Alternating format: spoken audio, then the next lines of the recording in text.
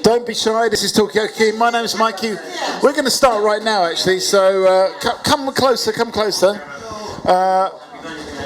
What's your name? Kevin. Kevin, and come a bit closer as well. What's your name? Let's find out what your name is. I'm social media man. Okay, all right. Anti-social media. Anti-social media. Okay, we don't know what he's called then. What's your name? Jay. Jay, welcome to Talkaoke. Naz. Naz. We know about Ricardo. What's your name? Yeah, this is their first. Asha. Asha, welcome. And what's your name over there? Hi, I'm Pete. Pete, welcome. And what's your name, sir, over here?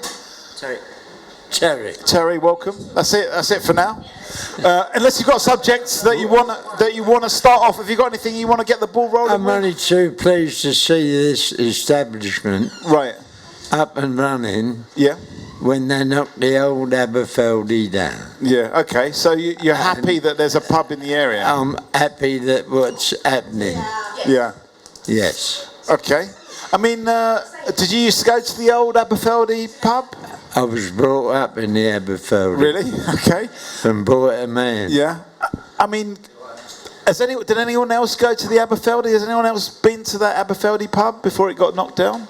Maybe, Terry, could you just say a little bit about what it was like? Because I think it was a family pub. Yeah.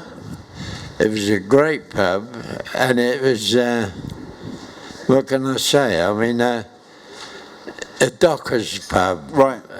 And anyone that worked in the dock industry, you could always find them in the Aberfeldy. Okay. And why did it get knocked down? Well, why are they going to knock this down? Yeah, well, good question. Good question. Oh, looks like that's. It wasn't.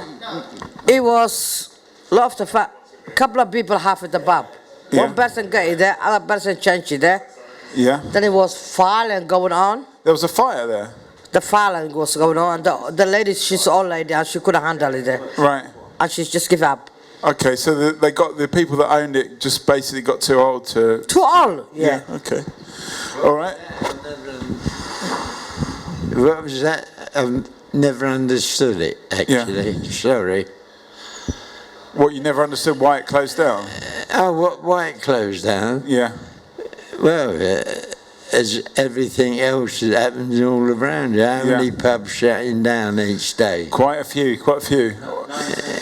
Okay, well, we didn't get this person's name. Come and join in this. And and this is why I'm saying I'm glad to see this is what's happening here today.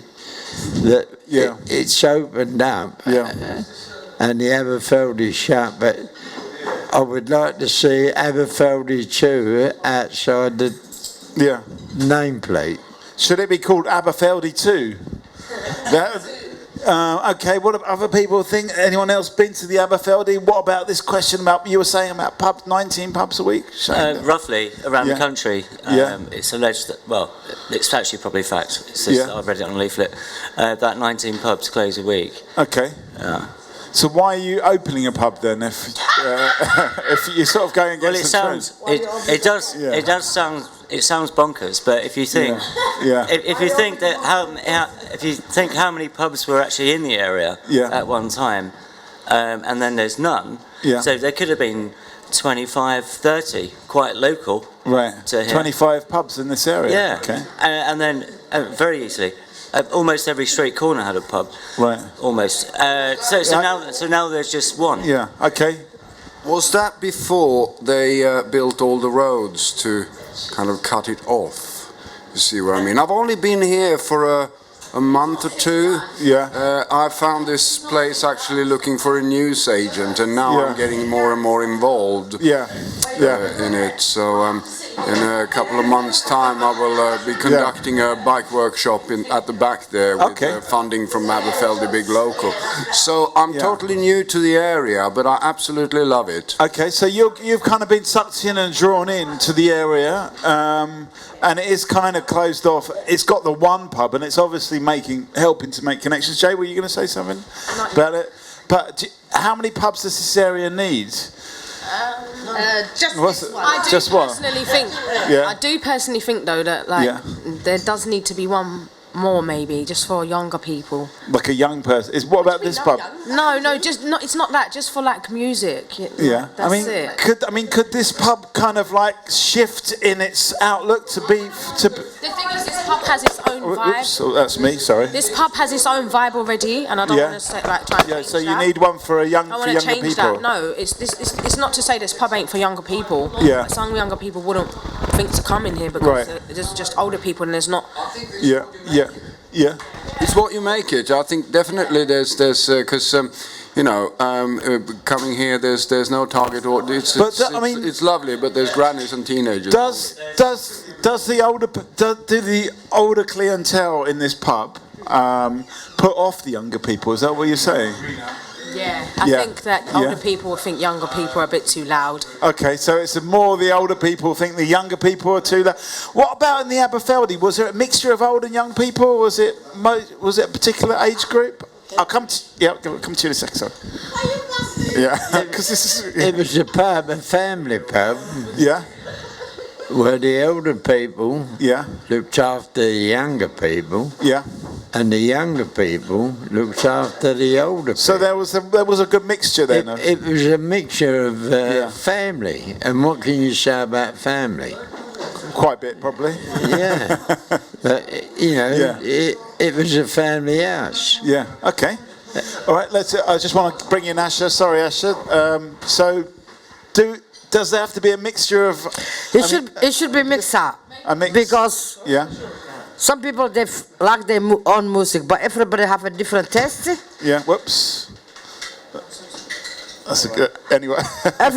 Okay. So, but there is a question here. Do you need a?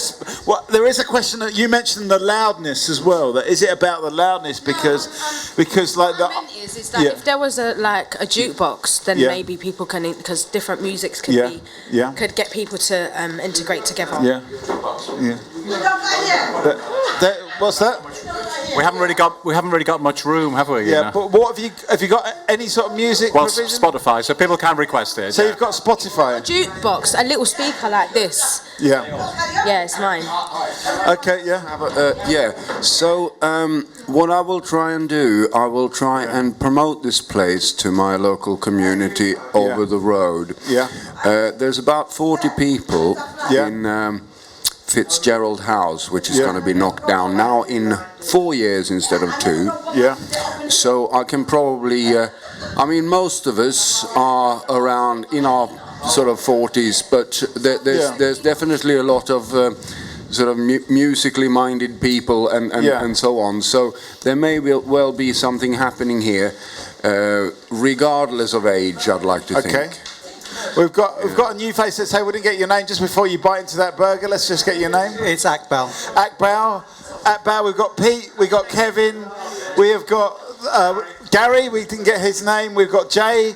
We've got Naz. We've got Asher and Terry over here. My name's Mikey. What's your name over there? Rob, mate. Rob, what do you think about this question? Do you need to have a special pub for younger people? Do you think everyone can mix together?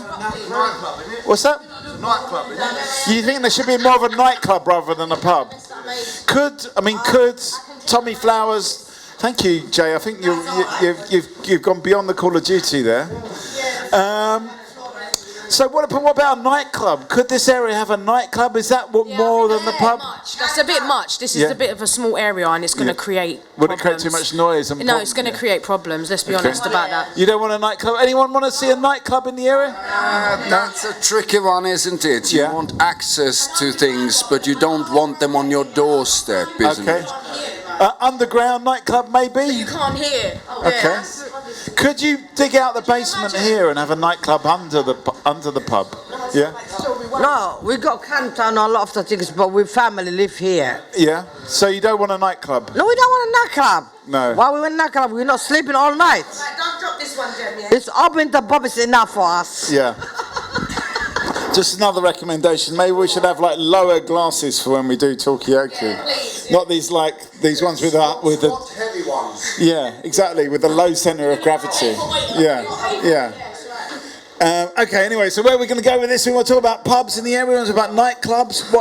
What's the problem with a night? I'd quite like to see a nightclub in the area, even though it's not. This is not about me. More realistic, a bar. A bar. Would be more realistic. Yeah. Okay. We just about managed to get us together here, and that is. I don't think. Well, maybe with the new developments, maybe with poshifying the area. I don't know, but as it is now, I don't think this spot could sustain a nightclub as such. Okay. No. What do you think? It's more like a supermarket right now. A supermarket? Yeah. There's no supermarket, there's nothing for the young people to do. That's why they just stand outside on the street smoking drugs and doing dumbness. There's nothing for them to do. Hang on a sec, give me the mic. We got Chinatown, we got Christmas market, we don't need anything in here. Yeah? So, no. I mean, what do you think? Do you think we've got everything? Now that we've got a pub, do you think we've got everything we need? We got the pub and the market now, they're making new cinema and new shopping center. That's enough. Okay. But you mean in Chris Street? In Chris market, they're changing it. No, they're changing it, making a cinema, a shopping center, big shopping center. Yeah. Is it too far? No, is it too no, it's not too far. It's 10 minutes. When you go out the tunnel, you just walk in 10 minutes at the water. If you be lazy, you be lazy. Okay. A 10-year-old child of mine, I wouldn't want to be going all the way to Chris Street. Okay, what do people think? Are people on this? Let's find out. Okay, I mean, do we need? Do we need to have something on this side of the A12 if we've got all these developments happening on the other side? What do people think? Were you going to say something, Terry? What we want is a bigger place. Yeah, bigger place, than here. Yeah, I think so. Yeah. Where you can do things that you want to do. Yeah, I think at the moment, you're squeezed into a little place which is nice. Yeah. Which is nice. Yeah. But to attract more people, you've got to have a bigger place. Yeah. Okay. People are, I think, subscribing to that. Did anyone? How's that? All right. You eating all right? That comes from Perfect Fried Chicken, which is the only. No, the Chinese is closed for a month now. As long as the man, you're all right. Oh, good. Yeah. That's Akbao. Don't rush it because you're on the telly. Don't rush it. I eat very fast as well. Anyway, Terry, there we go. So, whoops, what's that? Everything's falling down everywhere around here. Kevin, have you got any view on this? You haven't said much yet. I was going to say, I can't think of much to say actually, but I think you're doing really well. And there's a space, it's an open space, and it's for younger people. Just drag them in, drag your mates in and bring them in, and the old people or the older people. Because I sing and dance, I'm a performer. So when they see me dancing and singing on the street, people are like, "Are you all right?" "Yeah, I am. Bye."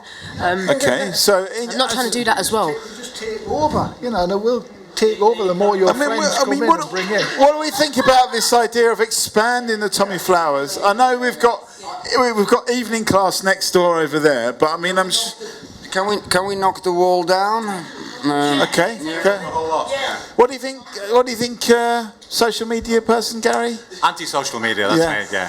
Do you think could we knock the wall down? I mean, I think maybe we go that way actually. Go that way. Yeah, okay. Go that way. Yeah. Well, I mean that way might be easier because you could you could have a lean-to over there. Yeah. You could have a lean-to. Yeah, we tried to get the upstairs, but they wouldn't let us have it. You see. Really? Yeah. And it was empty. It was empty. No, they're being awkward. Is it still empty? No, it's for temporary housing. Okay. Good enough to have got a pub here as it is. Yeah. So okay. So, can't ask too much. Like, be realistic. I think it is a great place, and it is a place. What does that mean, though? Realistic? I mean, yep. It's a nice family live upstairs. Yeah. I live opposite. Yeah. Most of the time we're not making noises. Yeah. Karaoke night. And we only do it in the weekend time. Yeah. We're not doing it every month. Did the police get called for karaoke? No, never got police got caught in here. Don't even say that. Okay, so doing good. apart from karaoke and possibly talkaoke, It's always quiet. It's always quiet. And the family upstairs, I think, it's a nice people. Yeah. They never complaining. Sometimes I would complain if I hear noises and I want to sleep. Well, maybe we should say hello. Come down if you can hear us. Do come down and give your opinion about this. Do we know what they're called? We all behave for him. Listen. Listen. Just the people upstairs. We behave for ourselves in here. Yeah, we know it's our families there. Yeah. Apart from karaoke, you've got a quiz night. Yeah. You've got quiz night. Yeah. Have they got a quiz night here? Yeah, and you can have a country and western night. You can have different things like that, which will bring people in. Yeah, I mean, I think and people. Are you listening to me, or what are you talking to him? No, I'm just making sure that he's listening. I'm making sure he's listening to you. I just said. Yeah. If you didn't hear me. No, I did. That you've got. Yeah. All this, but there's lots of things you can do to bring people through the door, and that's what we're looking at. We're looking at bringing people through the door. Yeah, I mean, I think people are coming in, but it's going to get to a point where there's not enough space in here, and I think expanding is quite a good idea. It's just a question of how. That's right. That's right. What's that? You like it? You like the coziness? Can't you? Don't hang on. I'm not finished. Okay. Yeah. Can't you knock through that way or anything? Let's find out. I'll ask the landlord. Can we knock through that way? That's the Bengali shop. No. Something else. Yeah. What's next door? I think it's something called the Anti-University, but they all went to Goldsmiths. So right. Okay. Okay. Graphic designers. Yeah. It's a graphic design. Would they mind moving along one so you could expand the summit? I think that's a bad idea, actually. Yeah, because there's maybe an empty one further along, isn't there? So everyone could move along one. Yeah. Everyone shifts up one. I mean, do we need to expand? Or is that coziness? It's about bringing people in. Do we need to? I would like to be having gigs in the local, and it's just too small for that. You mean music gigs? Yeah. So if I was to set up a drum kit in the corner, there wouldn't be any space for any punters. Okay. Yeah. So just that alone. I mean, I brought my double bass along one day. It took up half the room. Okay. So there's maybe a space, so if you want to do music gigs and stuff like that, so maybe you do need to expand a little bit, I don't know. They opened new youth club, and they was coming a couple of days in meeting here. If you want anything you want to do with it, you could go there. There's a youth club? They opened the new village. You can't serve alcohol, doesn't it? You don't need alcohol. Yes, we do. Why you need alcohol to have a fun? Okay. You can have a fun without alcohol. Okay. I'm not. This is not because I'm not having enough fun. But can I have a pint of lager, please? But Asher has brought up a good question. Do we need alcohol to have fun? Can I have a pint with my fun, please? Okay. Okay. I mean, you've not said much yet, Akbal. Do we need alcohol to have fun? No, not necessarily. It depends on the company you're with. Okay. So some company you do need a bit of alcohol. Yeah. While he's having his pint of lager, while I'm on Boston, I'll have one of them, but no. You don't want to see that? You don't want to see it, Steve. Listen. Yeah. If your alcohol and drugs make you fun, you don't have a life. Okay, so you don't think I can talk about my experience. Yeah, go on. I can have alcohol. Yeah. I'm not saying I don't drink. Cheers. But you can have fun without alcohol. He won one. Yeah, okay. Okay, so you saying you don't need alcohol to have fun, basically. No. I just got distracted by the lager, yeah.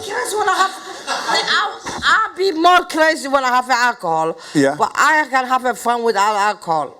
Okay, all right. Life is not stopping at alcohol or drugs. Okay. Do you think we're a little bit obsessed with alcohol and drugs? People make excuse their life what the mistake they make their life is. Yeah. Okay. So we do get a little bit into what do people say on this side. Do you need alcohol or drugs to have fun? You say no. It enhances the experience. It does make some occasions. It does enhance it a little bit. Yeah. Okay. I mean, I'm not saying if I'm canoeing down rivers, I don't. But if I'm sitting on my ass listening to music, I'd like a drink. Okay. So it's either drinking alcohol or canoeing, basically. Yeah. Yeah. I think it can be a mixture because some days I cannot be in the mood to have alcohol. Yeah. I'm a lively person without it. Yeah. But some people, they need it. To me, it doesn't matter. I think you can be happy with or without it. It's about you as yourself as a person. Okay. It's more about, for me, when I go out wanting to go and see people and hear music and be around that environment rather than getting drunk. Yeah. So in a way, it's kind of all adds up to the experience. You know, and that's what you're going to say? I'm going to say that if you enjoy having a drink, that should be up to you because that's your bit of fun. That's what makes you happy. If you don't want to and you can do the same with that, fair enough. It's about abuse. I think. But if I abused it, then it's okay. But I mean, do people get like me, for example, that's ordering the second pint? Do we get too dependent on these things? Do you know what I mean? Do we too dependent on alcohol? I don't know. For me, I'll be honest. Yeah. What's that? I can be honest because for a long time I used cannabis instead of drinking alcohol. Yeah. Because I didn't like alcohol and I couldn't handle it. One drink would make me be on the floor and I'll be sick everywhere. And my friends will be slapping me in my face like, "Can you get up?" And I'll be like, "Ah." Yeah. So I used to smoke weed because I could handle it. Like, and weed. Some people say weed is bad, but alcohol is a drug. Yeah. People forget that alcohol is a drug As well. as well, and it's the worst drug. So alcohol, just like weed, is a drug. There was a point over here. Come in, welcome. Do you need alcohol to have fun? Just one beer, okay. And you can, Yeah, I think the condition you're on about is you're lacking the enzymes to break the alcohol down. That makes you, what's it called? Drunk. Pathologically drunk rather than drunk. That means you get sick rather than drunk. Asian people get that a lot. Like a quarter of them, they can't do alcohol. Instead of getting drunk, they get sick. Okay. Yeah. So I mean, you pick your drug. You pick your drug. I mean, I use all of it. Yeah. You do everything. I try responsibly to indulge in everything. And I don't think. I mean, look at history. We've always got off our nuts. Okay, so this is something that human beings do. Yeah, it is. So whether not just humans, animals do it too. Okay. Elephants do it. Elephants like anything that can handle enough alcohol. Yeah. I mean, if we've evolved to eat fruit, there's going to be an element of alcohol in there. Right. Okay. You chew a ripe mango, it's like having a beer. Okay. Pretty much. So I mean, how drunk do elephants get? This is the question we're asking on the table. Do we need alcohol to come and have a seat? Tell us what your name is. What's your name? Thank you. Bye bye. What's it? Bye. Let's get him off. Oh, don't be shy. Don't. Okay. See you later. So there's a few. Hang on a sec. There's a few questions on the table. Where do we want to go with this? Do we want to talk about? Do we need alcohol to have fun? Do we want to talk about the difference between alcohol and weed and all the other drugs? Do we want to talk about? Can I say one? Yeah. You can if you can control your alcohol, your drugs, you can control. But if it's out control and you're doing a lot of the shit, it's not life. Okay. You can work hard and you can have fun. Well, how come? But when you cannot control. How come some people can control it and some people because can't? they're taking too much and they cannot handle it. Okay, but why is it? Why is it that some people can handle it and some people can't? Maybe the different. Either drinking or drugs. Why can some people handle it and some people can't handle it? Some people drink for leisure, and other people drink for stress. Yeah. So you think those stressed people are actually... And stressed people go over the limit. So they're trying to dissolve the stress with the drink? That's right. Okay. We got a point over here. Good time, and then I end up in a fight. Okay, what's the point over here? Was it? Yeah. I think sometimes as well, from like childhood experiences, Yeah. from what people see and what they learn, Yeah. that's what they do. Okay, so it's more like what they've seen their parents do, or their or other If it's been relatives? part of like you growing up and your mum going to the pub and whatnot. Yeah. But for me it was different because I used Yeah. to see the effects that it has on people, like alcohol sometimes can make two of the most bestest friends hurt each other. Yeah. It can create it creates evil too, so you've got to be careful with alcohol. Okay, so it's a I do think that a lot of people, because when you have a drink you get more confident, you get more cocky. Yeah. And some people think that they're Miss He-Man when they've had a drink. I'm already that. Right. Okay. Yeah, I don't know. It can be dangerous. That's the thing. So Okay, so alcohol's dangerous. It's a dangerous. Yeah. Yeah.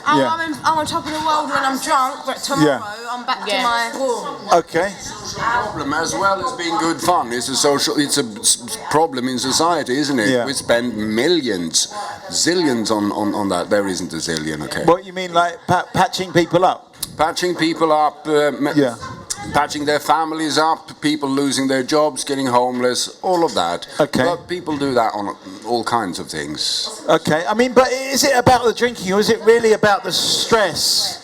That's the blind. Don't worry about that. Is it really?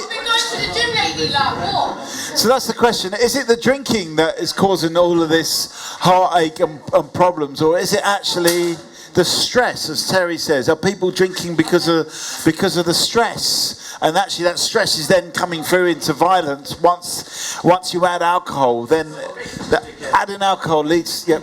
I think an awful lot of it is having nothing else to do. Right. Having fewer opportunities. Yeah. And if you have less opportunity to have fun, whatever that involves, yeah, you're much more likely to drink alcohol, to take drugs, and so on. So it's down to boredom in a way. Yeah. Okay. Well, I mean, there's the iPlayer, there's cannabis, the iPlayer, and alcohol. Okay. And I think a combination of all of them is okay. preferable. Yeah. I mean, do people not have enough to do? Is that what's the cause of? I think it's less of a problem today, because what you find is that younger people are not taking up these things, drinking particularly, because they have other activities. So at their fingertips, literally, are a myriad of entertainment opportunities. Right. So if you're entertained, you're occupied, your mind... So someone like Gary that's on their phone all the time isn't going to get Larry because he's too busy on his phone? Perhaps. It's going to be an internet troll, isn't it? Yeah. Yeah. Yeah. It's because I'm driving today, that's why I'm not drinking. Okay. Yeah. But I mean, where do you stand on all of this? I mean, you're the person running all of this. Yeah, but you try running the bar when you've had a few drinks and it's chaos. You can't control it. You can't add up anymore. You know, right. So it's the worst thing you can do is drink when you're working in a bar. Okay. So it actually stops you drinking. It's bizarre. Okay, so running a bar actually stops you drinking. Yeah. Well, me anyway. Why don't you ask Nick? Not everybody that runs a bar. People have got different sort of approaches to this. We've got a new face in here. Come and have a go at Talkaoke.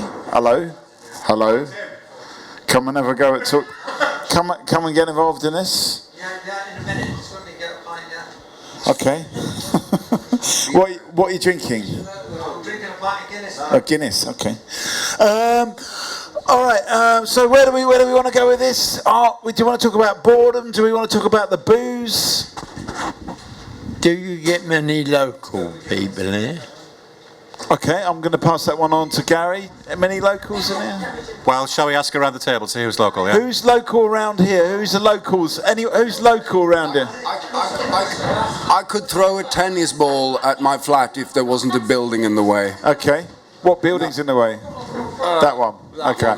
Okay, so you live behind there. Okay, are you local? No, I'm not. Where are you from? I'm from Kent. From Kent. Okay, you've come all the way. That's Gravesend. Gravesend. Yeah. Are you local? No, I've come all the way from Newcastle. From Newcastle. Wow, that's quite a long way. I was going to say. Yeah. I come all the way from Earth. But are you local to here? No. No, I've moved around so much. Yeah, At the okay. moment, I live in Have you been local to here in the past? That's really more the question. Yeah. You have, okay. Yeah. Okay, so sort of former local. Are you local? I'm local now, yeah. Okay. Yeah, about a year now. Are you local? Yeah, I work across the road. Okay. Are you local, sir? You can bring your Guinness and your chips down as long as you don't knock it over like. What? Well, look, you even get a bar service there. What's your name? Tim. Tim. So you are local? Yeah. Okay. So. How long you been local? Hang on. So what was it?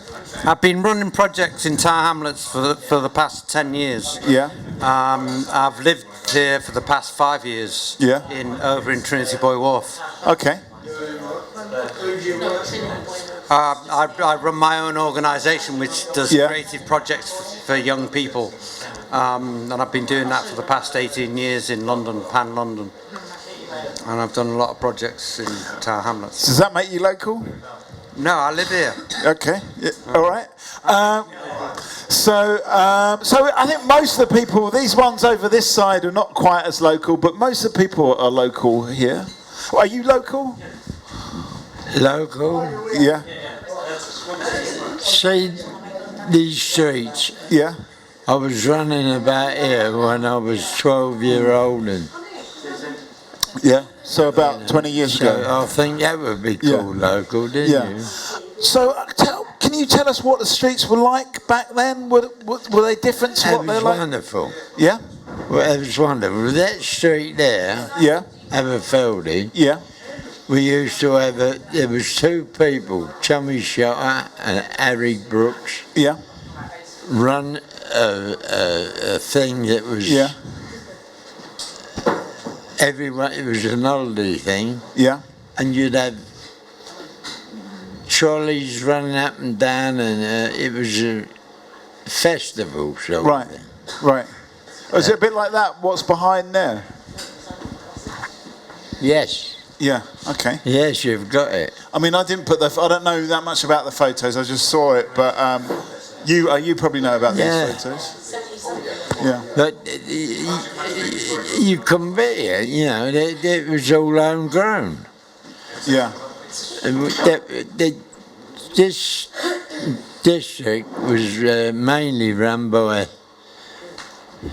people that worked in the docks and on the river, like I did. I was a lighterman. What were you doing? A lighterman on the river. What does that involve? That involved tugs and barges and carrying cargo from ship to what's name, you know.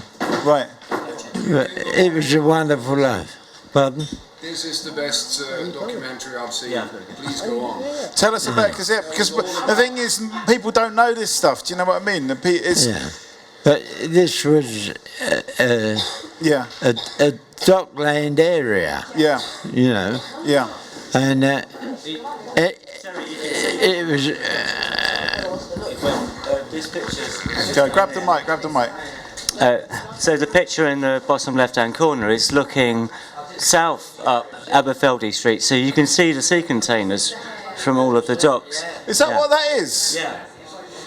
Okay. So it was a stack of sea containers, literally looking straight up towards south. So what you mean? So if you look that way, there was a stack see containers. Yes. Yeah. Really? They're in that photograph. Okay. Did other people know that if you look down Aberfeldy Street in the past, you could see shipping containers? You knew that? Yeah, I've seen it. And about pictures as well. Sorry, I went to school on the Isle of Dogs, so they kind of teach you the history of the docking yard and the surrounding areas. So I literally didn't know that.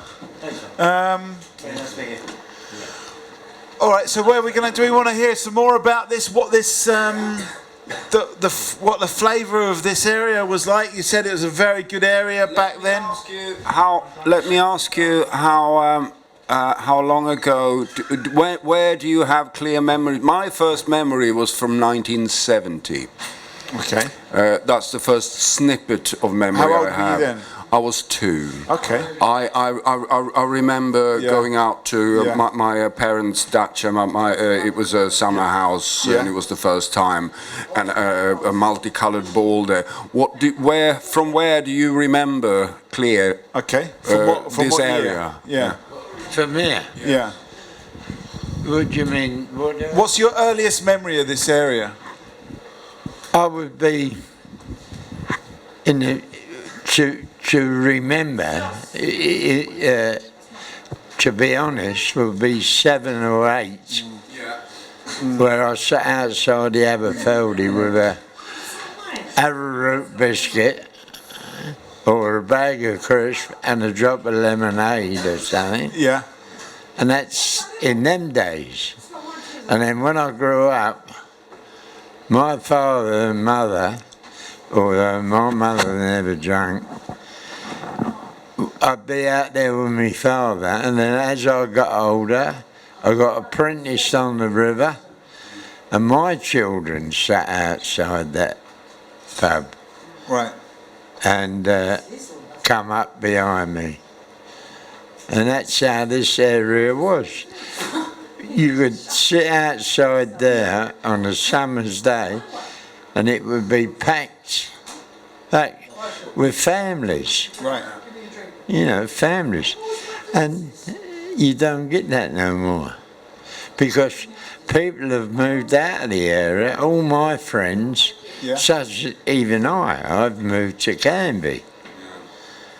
You've moved to Canby now? Yeah, okay. I'm here is because I am single, no convictions, no children. This is why they put me in a flat here for 4 years or less. Right. So I'm not a guardian or anything. I mean, I'm with a housing co-op. Yeah. And they get short-term leases. So this is planned to be knocked down, so they don't put families here anymore because it'll be too disruptive for a family. It's only single people on low income that will accept the short time. Okay. Yeah. I don't think that comes into low income or anything else. Yeah. Is that what we're talking about was years ago with families that struggled. So they had low incomes then as well? Well, they did, yeah. I mean, low income now is worse, you know. Don't put in this thing, don't put politics into this conversation because it ain't on. I'll go right into it if you do. I mean, we can. The thing is, the Talkaoke, we talk about anything. We can get. But hang on a sec, Peter. I just want to explain that we can get political if we want to. It's up to us around the table. Political. What was political with what I said? But there's a point over here, Asha. I lived this 30 years in here. They can put families, still the new family come out in my building. And single people come out too. So there are families. It's family come out every single day. Yeah. Okay. Not every single day. I mean, do you think there's still a kind of family vibe of this area? In a way. Yeah, we still have. Our community, we still have. But now it's a lot of some different people moving here. Yeah. We're thinking that we're losing our community. Yeah. But I'm the best. I can welcome anybody. Until I see you do something wrong, I cannot say, oh, you're not allowed to come and move here. But the new building they're building now, new flats they're building is expensive. They want a community kick them out. Right. And because we can move on Stratford between them. They want rich people live here. Okay. It's been nice down here. Yeah. Are you off? Yeah, I've got to go. Unfortunately, my grandson's. Give us that's your grandson. Give us a final thought on all of this. Do you think can we ever get that sense of community back in this area? What would it take? Well, you've started. Put it that way. With this little thing that's happening now, is nice. Yeah. And I think it's great. Yeah. Because a pub shut, and you got a bar, and everyone loves to drink. Yeah. especially the East London people or any London people. Yeah. But I'm only too pleased to come down tonight. Well, thanks for coming down. And all the way from Canvey. Yes. Yeah. And I had to come down to see what it was like, and I'm impressed. Does your grandson also live in Canvey, or does he live more locally? No, he lives in Averfeldy. I don't know where that is. He's taken me up. Yeah, he's given you a little ride, yeah.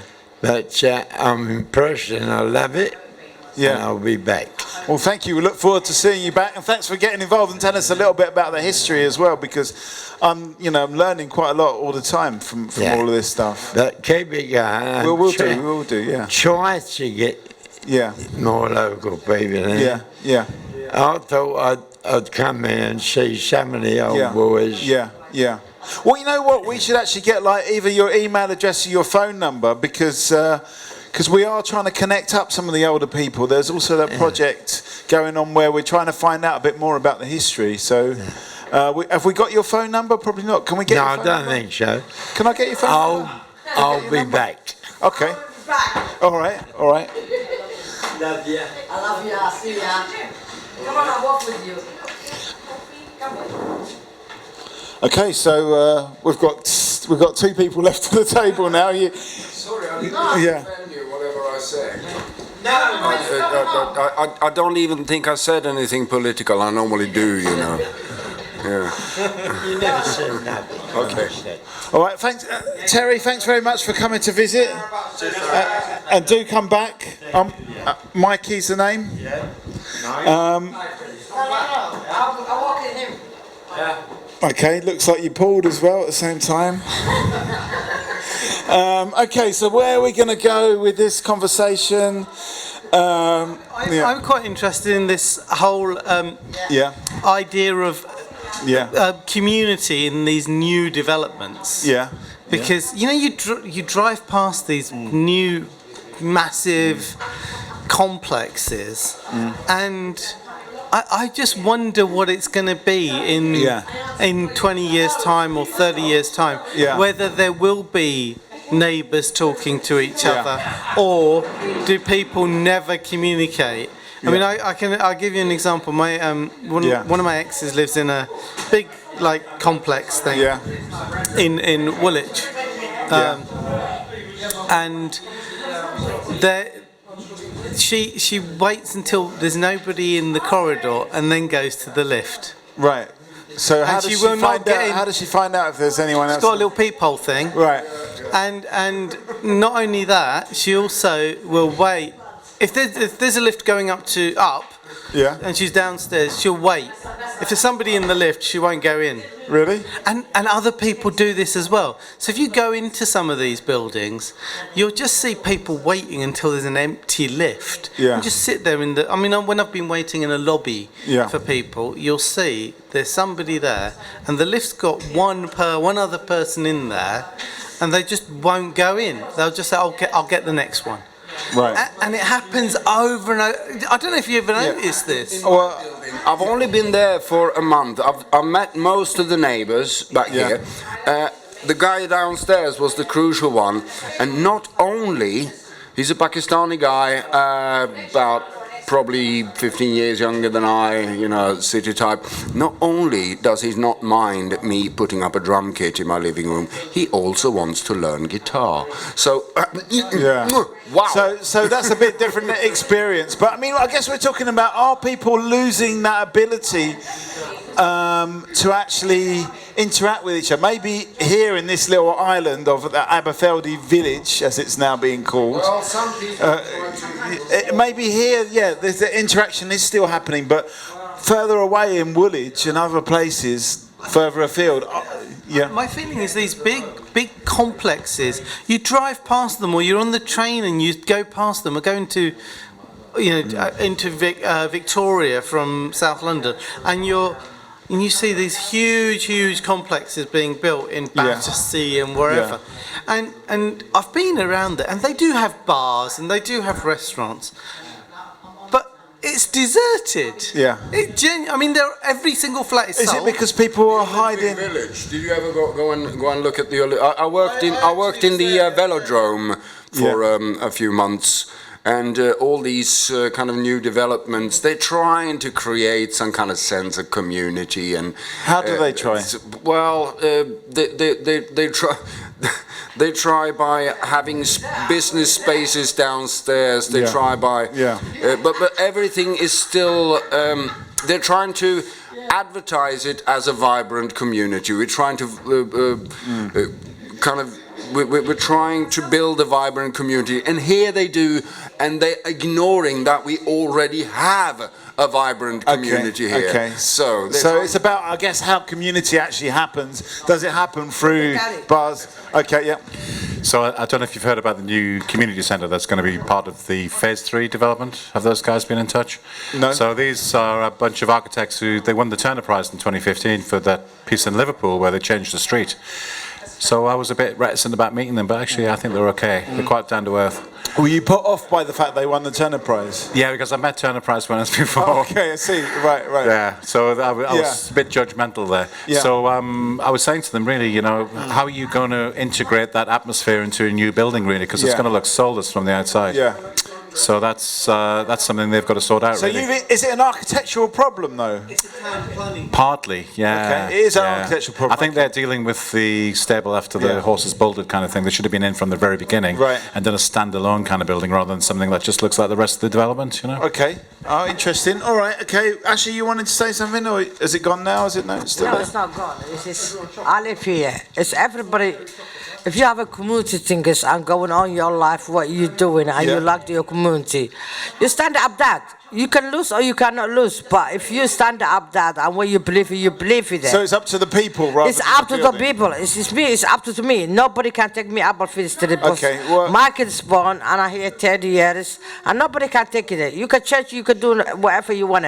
I can move somewhere else, but still. That's where my kids born. So you're bringing the buzz. You're bringing part of that community feel with you. Yeah. Because if somebody want to take you, they can take you. But if you give it, you give it. If you can take away and you just live whatever memory you have. Yeah. Okay. Let me bring in Tim on this because we've heard already you spent 18 years doing these community projects, and we're really talking about what does it take to build community. Are people actually just avoiding each other? As Akbal says, they don't even want to be in the same lift or corridor as each other. Are we fighting a losing battle? Is it about the right buildings? Is it about the right people? What does it take to build community? Well, I think the thing is, it's about the projects and bringing people together.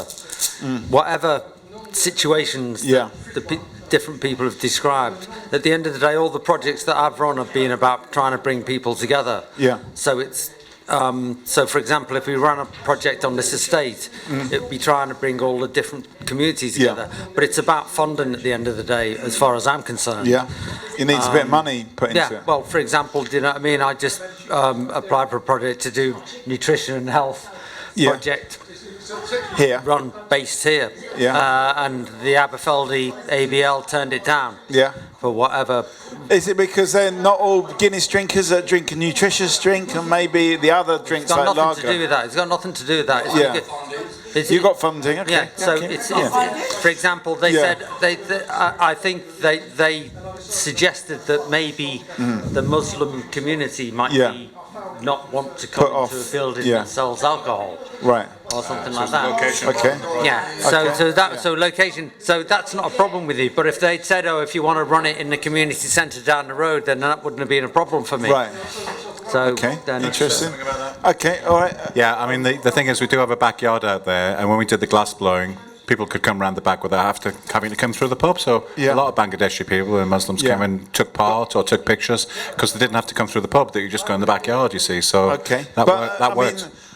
The other side of that, I suppose, is that it is possibly an issue with some Muslims about coming into the pub.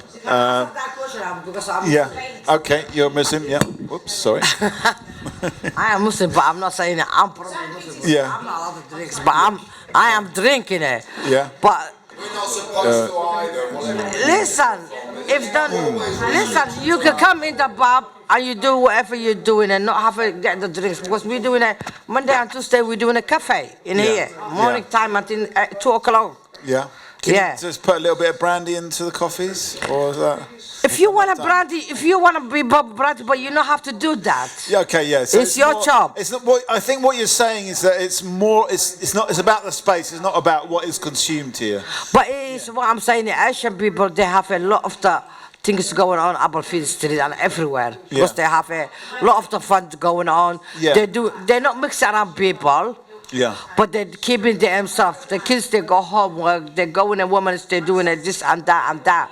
And they have all that fun. Right, but it's very much within the themselves. Bangladeshi community. Yeah, but I got Asian friends. We mix around anybody. Okay. It's a different, everybody's different. Okay, let me bring in some of this side of the table. Kevin, Rick, Akbal's back on the social media. Social media is what's killing it. What do you think about this? We're talking about growing community. How do we get these communities together? Does the pub put some people off? Social media. Is social media helping us bring the community together, or is it? Well, at least they know where it is. Okay, that's true. You know what? According to Facebook, 69 people are coming tonight. Yeah. I don't think I've any of them. Yeah, 69 people are coming tonight, but I've seen people stand outside my house and generate a party. Yeah. Just by phoning up, just by getting on the social media and going, oh yeah, come along here, I'm meeting you here, so you can meet your friends. So social media actually is actually quite really pro-social, not anti-social. So you get little flash mobs of people coming around. I mean, you're from Newcastle. Yeah. I'm trying to beckon this person in, but I failed. Is there a different sense of community in Newcastle? Well, I've said a few times to Gary and that, it's actually, London has a reputation for being unfriendly. And I actually find it more friendly than Newcastle, which is astonishing. Just, Newcastle is supposed to be really friendly. Yeah. Yeah? And it isn't. Okay, so sometimes these stereotypes stereotypes don't happen. I've been beaten up in Yorkshire. Okay. Okay. It's probably something to do with alcohol as well. Perhaps going back to an earlier subject. Yeah. Rick, how do we grow community in an area like this? Free food. I think we've done events and people have always said like food is what gets people together. It seems. Okay. It's free events, things for kids as well. I mean, it depends. Tim was it depends what time of day and what kind of crowd you want to get together. But people want to do things. Things for the kids, family events and stuff like that. Seems to be one of them. Okay, so food. The way to a community's heart is through its stomach. What are you going to say? I was just going. I'm just trying to think how to put it best. And I kind of think of something. I find the microphone into it. I mean, do you agree with this food idea? Do you think yeah. I'm just trying to think how it happens in the past. It's bikes. Bikes and music. I'm not dissing food as a way to get people together, but bikes. Oh, music as well. Yeah. You can't. Everyone on the planet pedals. Okay, so bicycles, food, and music. Bicycle. We're talking about how to grow the community. Is it the architecture? Is it the architecture? Is it the people? Is it the food? The music? These are some of the questions. How do we grow a community, Naz? I think that food does bring people together, because we were just learning over there about the veganism, and it sounds amazing. Yeah. And we've just tasted some amazing chocolate, and it's got no animal product in it whatsoever. Okay. Does chocolate normally have animal products in it? Yeah, dairy. Okay. Milk from the moo, the cow. Okay. Yeah. Don't take away my dairy. Okay, so food is definitely a way to bring people together. And we heard about this phenomenon called veganism. But everyone eats. Come on, everyone has to eat. As human beings, we all eat. Yeah. So know. Yeah, you're not happy with the whole vegan thing. No. Okay. I mean, it doesn't exist anywhere. Yeah. Even in South India, they all have milk in their tea, and they have cheese when they can, and even meat when they can, and bones when they can't. So the veganism is just a manufactured idea, and we can indulge in it here in the Western spoiled world because we can afford all these hummus. Can we grow chickpeas? Well, I mean, we can't grow soy on every fucking available patch of land there is, to make up for it. So is veganism a manufactured concept? Is it sustainable? Can we grow chickpeas everywhere? Okay. But by choice, if for myself, I live in an apartment, I don't have a garden, but I have a balcony. Yeah. So if you want to, in your own self, feel like you're making a difference, or instead of, I don't know if anybody knows this, but recently on the news it was broadcasted that certain frozen vegetables and tinned vegetables and certain tinned food were killing people. How? Because there was a certain chemical put into the fluid that the vegetables were in. So, for me personally, I've always believed in cooking fresh produced food. Yeah, sometimes I like to eat McDonald's or KFC, but I like to cook from fresh, and you know what's going into your food. When you're buying a frozen packet of vegetables, it may look nice, but you don't know what that is really. And it is kind of not being horrible, but laziness of society. Oh, I've worked all day, so I don't need to. Regardless, to me, that 5 minutes more is a bit more nutrition going to my child. Yeah. Hang on a sec, Peter, because we've got a new face at the table. Asher, give us a final thought. If you're off, you're coming back. Just make a cigarette. Okay. All right. So we've got a new face at the table. What's your name? Hi, I'm George. George, welcome. At the bar, we've got Tim, we've got Jay, we've got Naz, we've got Peter, Akbal, Rick, and Kevin, and I'm Mikey. And there's a couple of threads on the table. There's a thing about what does it actually take to grow community. We had some, let's say, an older representative of the community that is from, if you look at these photos back here, from this era of Aberfeldy, the Aberfeldy Street, and he was saying the community was a lot stronger back then when everyone was a docker. They all went to the same job. They did all the same things. It was all the same stuff. But when we asked him what do we need to actually grow community now, he said something like this pub. So that's one of the things we're talking about.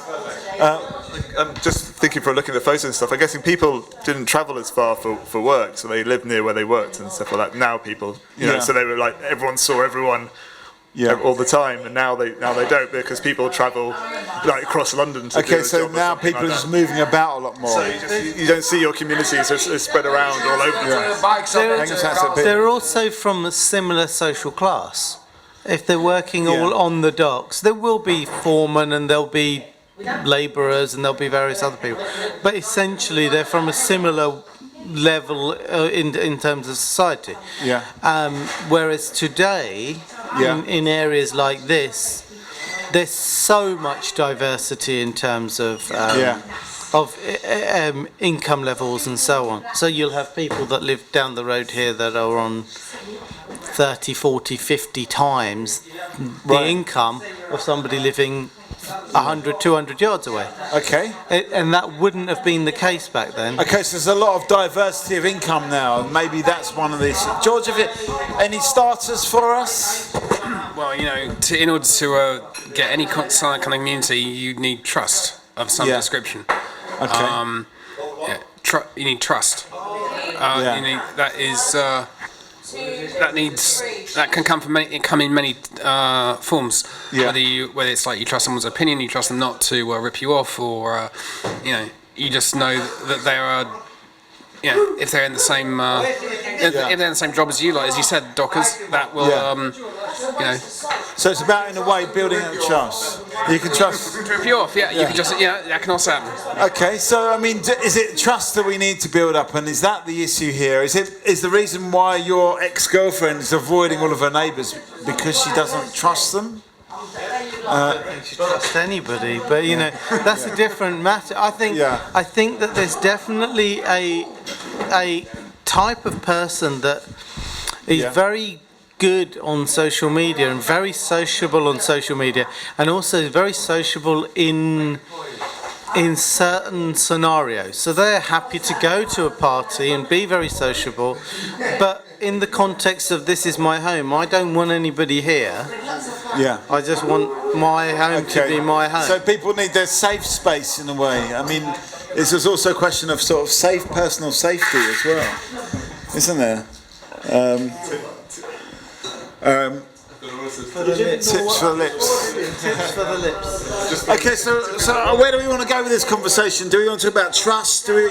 You get some? I don't know if we talked about this before, but just looking at the newer builds, I think they're not as social as old social housing. I think that people don't come across one another, and you have more chance to avoid people. You know, so it's the way it's built as well. Yeah, in all the buildings, you just happen to come across people all the time, and you knew more who your neighbour was, and it just encouraged people to talk more. Well, newer builds seem, from what I've seen anyway of newer builds, that it's harder to come across people. Everyone keeps to themselves. You've only got your room. It's a bit like a hotel from buildings I've seen. They'll have organised events, so socials like a barbecue or whatever. But once the barbecue's over, you might say hello to somebody you met at the barbecue for the first few weeks, and then you just ignore them. And then after that, you're just hoping not to see them, so you don't have to say hello to them. Yeah. And I think it's true, because you go into some of these buildings, nobody's talking to anybody. They're just not communicating, and they're like deserted hotels in a way. Almost like they're deserted. Okay. Honestly, there are buildings that have hundreds and hundreds of people living in them, and you see nobody in any corridor. You see nobody walking in and out of the building. Even they're just like I'm stuck there, and I'll go in when One of the best and well-known social places is a Zulu village where everybody faces everybody else. What is it called? It's just like a Zulu village. A Zulu village? Yeah, like, Zulus from Africa. Yeah. So all the houses face into a kind of circle. Like 30 odd families will face into a circle. Right. You don't have much to look out on the outside, obviously. Yeah. But you see everybody coming in and out, and almost know everybody's business. Yeah. But everybody's business knows. So you become very careful, very polite, very sort of caring. Right. And it's UN and people like that just look at the village and go, that's the model for society. That's how it should be. And that's what it was in olden times, further back in time. Little villages where you could see people coming out the door. Yeah. You know exactly what's going on. And so when this is rebuilt, should it get rebuilt like a Zulu village? Yeah, 100%. You said, yeah. Look what's happening around the table. Okay, so this is like a mini Zulu village. That's right. So what does that make me in the middle? I don't know. Well, that's right. Yes, but we all know your business. Okay. So there's nowhere to go, nowhere to hide in the middle here. Which makes you very well behaved. It's true. I get the feeling that this is going to look a bit like what's happening over there already. So it's going to be that kind of build, isn't it? Yeah, but I mean, are they getting it wrong? Should they be building it more like a Zulu village? Would you like to live in a Zulu village, George? I think it's got its advantages. I mean, but we have. Sorry, I forgot your name.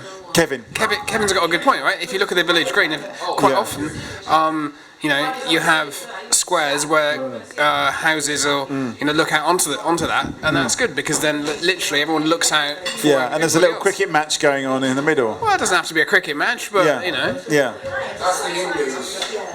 Yeah. Hello, welcome. This is Talkaoke. Go and get yourself a drink. I'll just explain what's going on. It's a pop-up talk show. We sort of started off.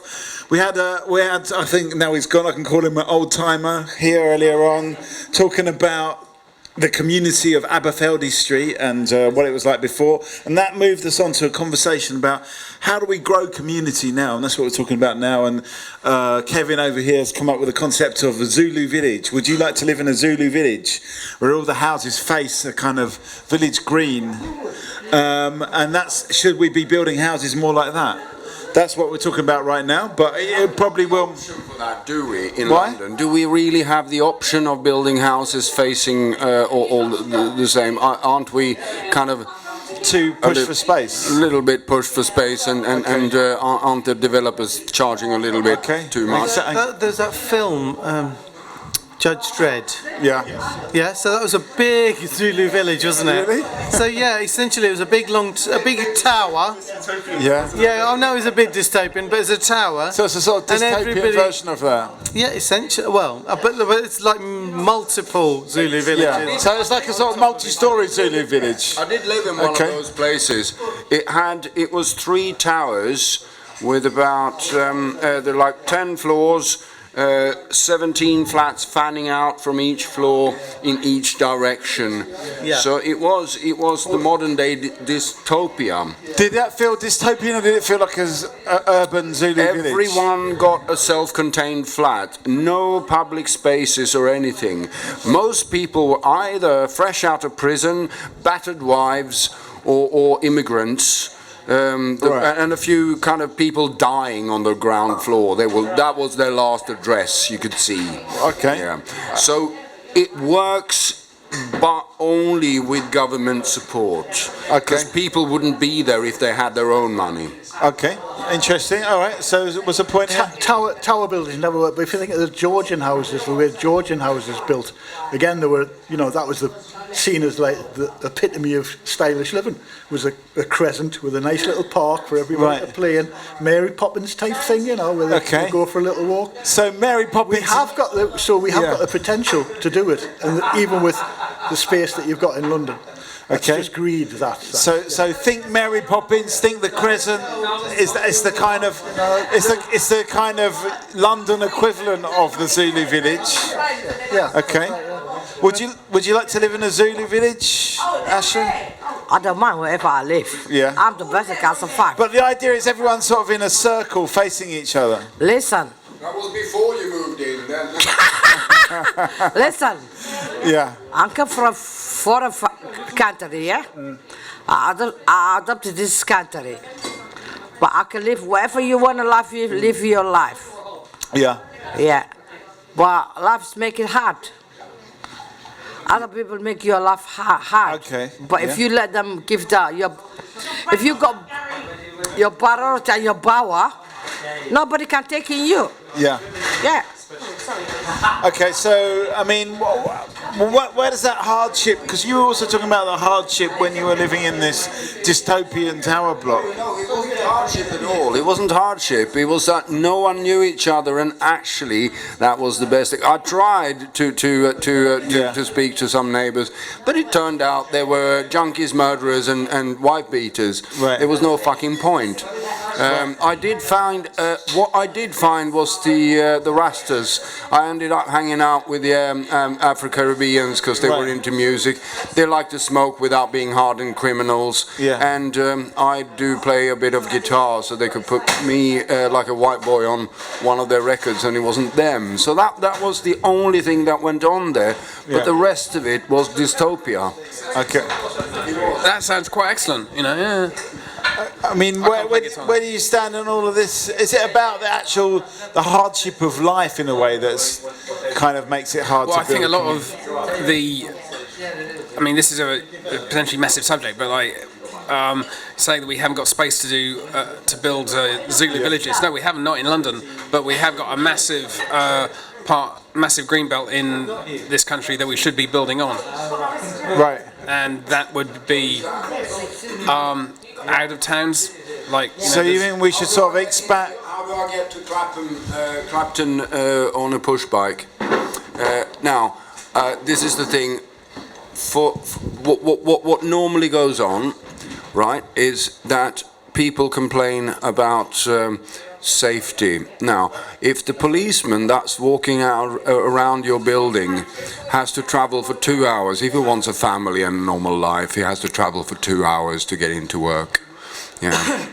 If I, as a bicycle mechanic, can't live in the area where I'm operating, I'm being priced out. Yeah. Basically, people are shooting themselves in the foot. Because that means they have to travel further. They can't, So it's not this mixed fabric in there. Yeah. Yeah. Okay. So right now we're in process of making it worse.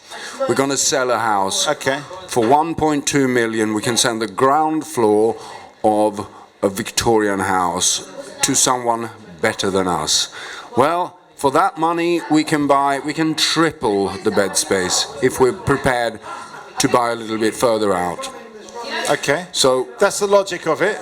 Yeah. I mean, well, let's open this up to the rest of the table. We're sort of talking about, in a way, not only what helps to build a community, but what is destroying the community in terms of this question of, like, you don't have this fabric of bicycle mechanics and policemen living in the area because people like that can't afford to live there. And is that what's actually destroying community? Listen, police don't do nothing. So you're not bothered. You're not bothered. Listen, police don't do nothing until somebody get killed. They're not But is coming. that because they're spending too long commuting, as Peter says? No, and they're kind of tired when they get to work. They cannot.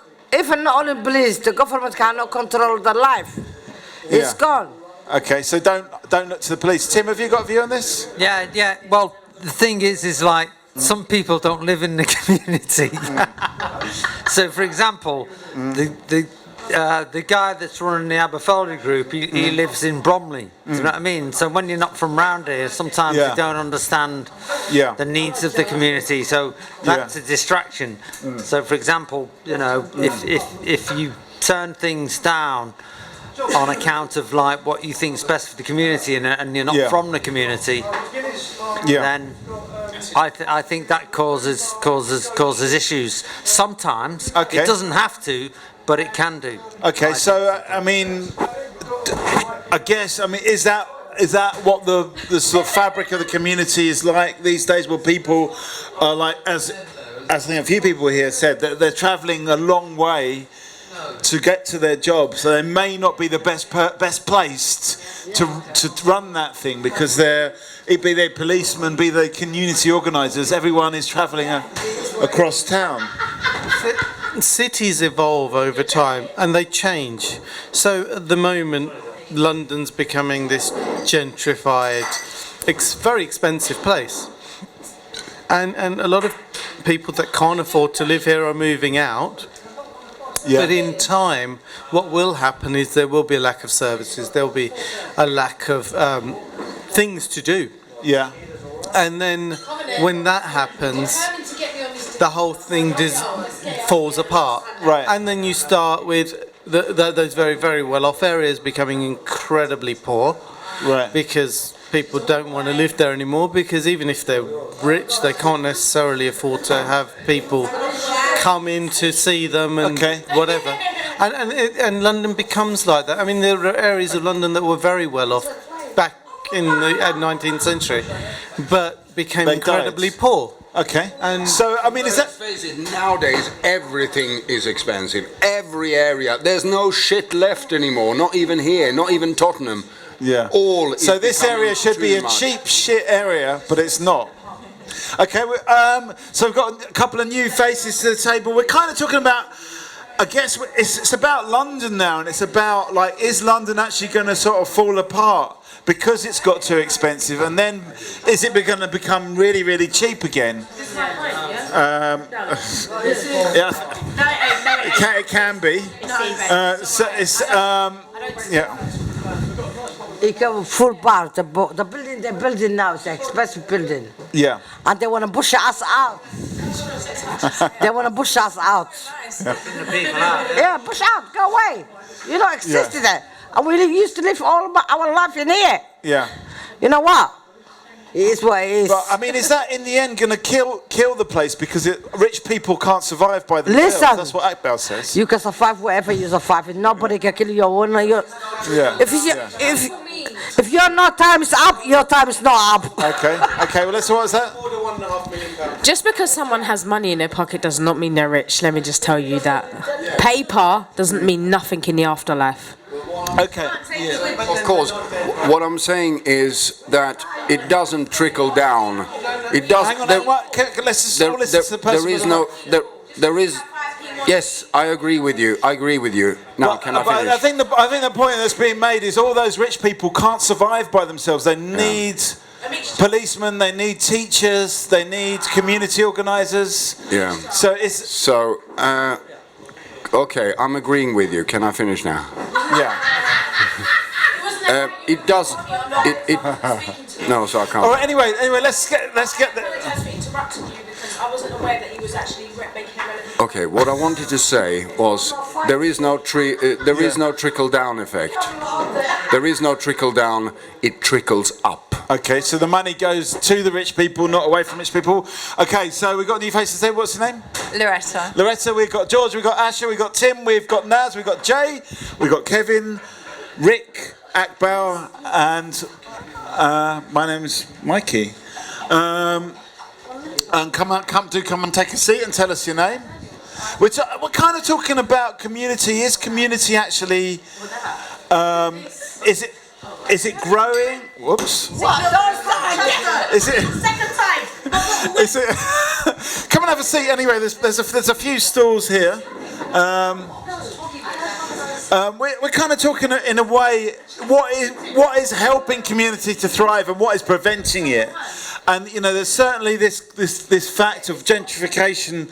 Most people feel that is, in the short term at least, going to destroy the community because the people that need to live in the area can't live in the area. But Akbar is saying that eventually the bubble's going to burst, and then we'll have just endless cheap housing. When the rich people move on to... What's that? That is already the case. Is it already happening? Yes, it's already the case. Has the bubble burst already? Okay, so I moved into a brand new apartment in 2015. Yeah. Brand new apartment, absolutely dazzling. The bathroom looks like a hotel. You've got a cooker, you've got a shower. Blah-de-bleedy-bleedy blah.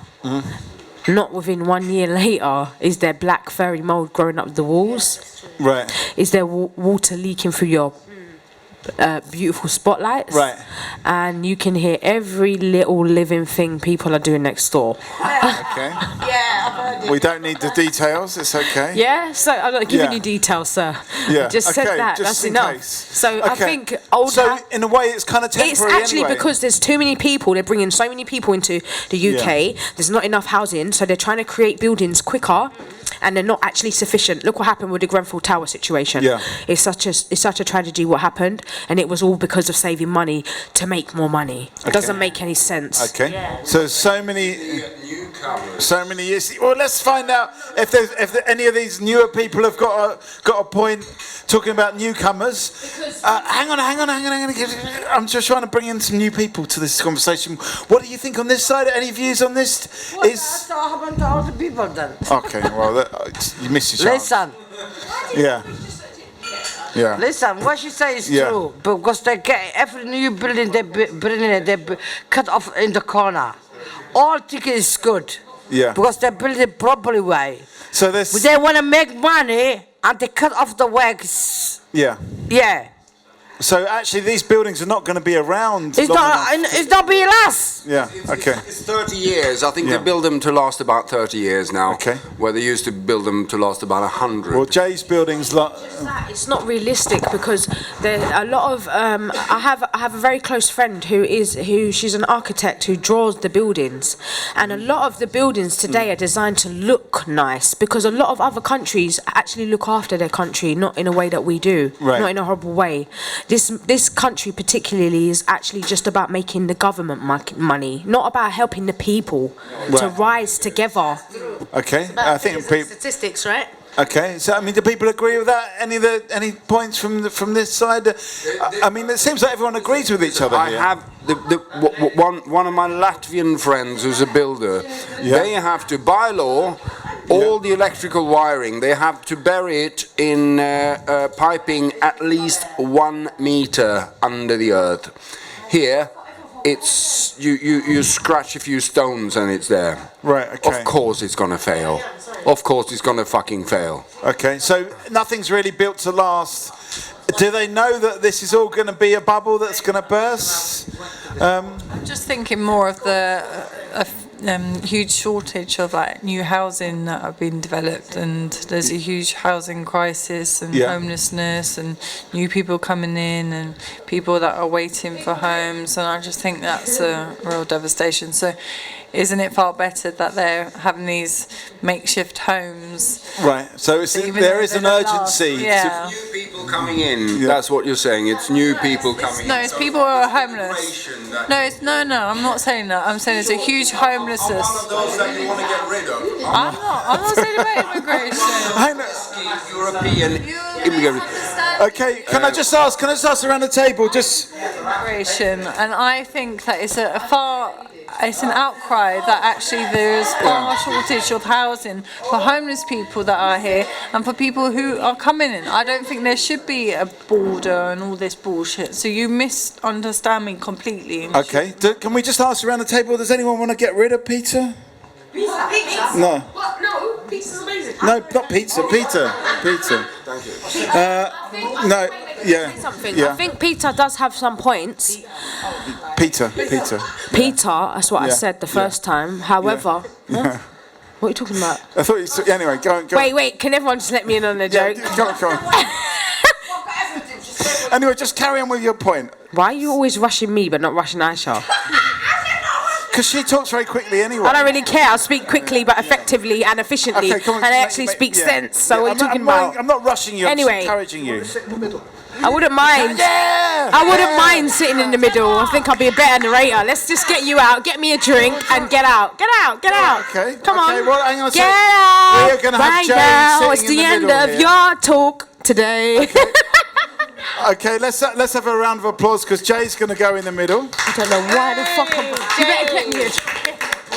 I'm going to have a little rest. Go underneath. There, that's it. It's either over or under. Please, sir. There you go.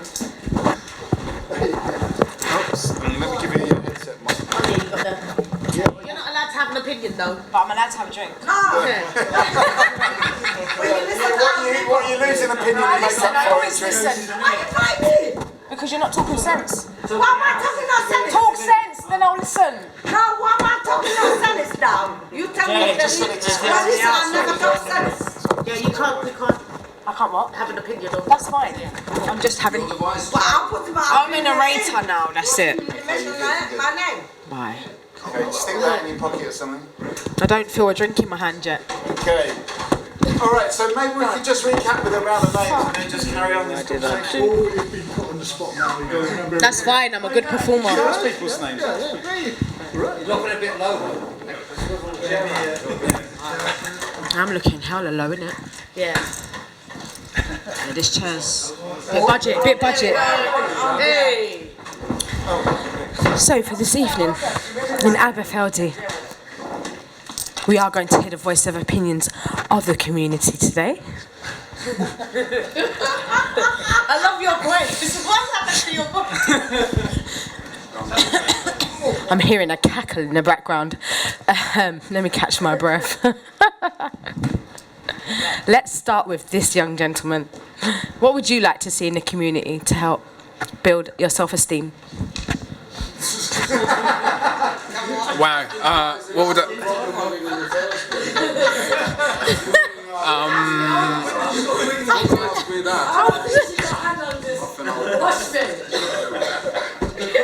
Okay. What would you like to see in this community to make people come more together, to be more friendly with each other, apart from alcohol? apart from alcohol? Bowling Green?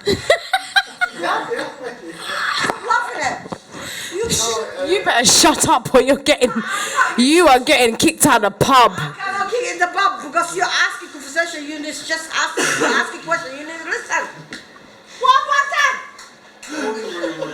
Well, any facilities where people can go and do stuff together, like leisure centre, gym, football, Bowling Green. Football? Start bringing people. Isn't that? I mean, that's getting a bit parochial. People kill each other over football thing. Is like you can start war over football. Is that really a good thing to, you know? If that was true, that football was like the sports was sort of this unifying force, then people who were doing sport would be like excelling in some ways when it came to, but they're not. They're the same fucking bullies as everywhere else. I'm afraid sports doesn't really promote. He has a point. He has a point. Do you have an answer to that, sir? You do have a point. I'm just talking like, five-a-side football, which is not really quite as tribal as the kind of the big league kind of, multi-million dollar pound, thing. No television. No, I was just yesterday I was reading this story by Eric Cantona, who's a footballer who used to play for Manchester United, and he was saying that football is this unifying, it's a universal language, and that football allowed him, his parents were immigrants to France, so this is more about France, but it's the same thing, but football allowed him to become this person that became an influence, and then he said that he could use football to explain that his parents were all actually refugees from either from Sardinia where there was famine or from Barcelona where there was war, and they came to France and France accepted them, but now he was the voice of French football, so I think football can be a unifying force. I think you're trying to say, is a way of him actually explaining his culture and where he came from through football. But wasn't it Eric Cantona who kicked somebody in the head? Yeah. So he's not a great spokesman for bringing... We're not perfect. None of us are perfect. We all make mistakes. But there you go. Yeah. He's going to be remembered for that more than anything. I was going to say, it's like I've never seen him as a politician or somebody to listen to with gravitas. It's just like kick somebody in the head. Can I? The only footballer that's allowed is David Beckham, but that's because he never says anything really important. But do you think that's more because him and his wife are a fashion icon? He's just pretty with a pretty wife and pretty kids, he's a passable footballer. He was all right, Passable footballer. Neither do I, but I know Beckham's great. He's good looking, and he's got a good looking wife and a lovely life, and fuck it. He looks good on the camera. Exactly. Yeah. So welcome to Tommy Flowers, welcome to Talkaoke. We're gonna try and start off with the second session. We'll see how it goes. My name's Mikey. We'll just go around the table and just get some names from everybody. We've got a new face here. What's your name? Margot. Naz. Kevin. Rick. Akbal. Pete. Loretta. John. George. And I'm Mikey, and we've got Gary and Wayne behind the bar. We just had a little interlude, but now we're back with the chat. And I will just recap what Talkaoke is. It's just about talking into this microphone, and we can talk about whatever you want to talk about. So, has anyone got anything they want to get the ball rolling with? Any thoughts, comments, suggestions? You've got a lot of grapes on the table, which is nice. I may just very quickly wash them because I don't want to have anybody on my conscience. I never bothered to actually myself. I've had half of these grapes on the train, but then I just realised they're covered in this artificial dusting. So you live dangerously when you don't wash the grapes? Yeah. I live dangerously.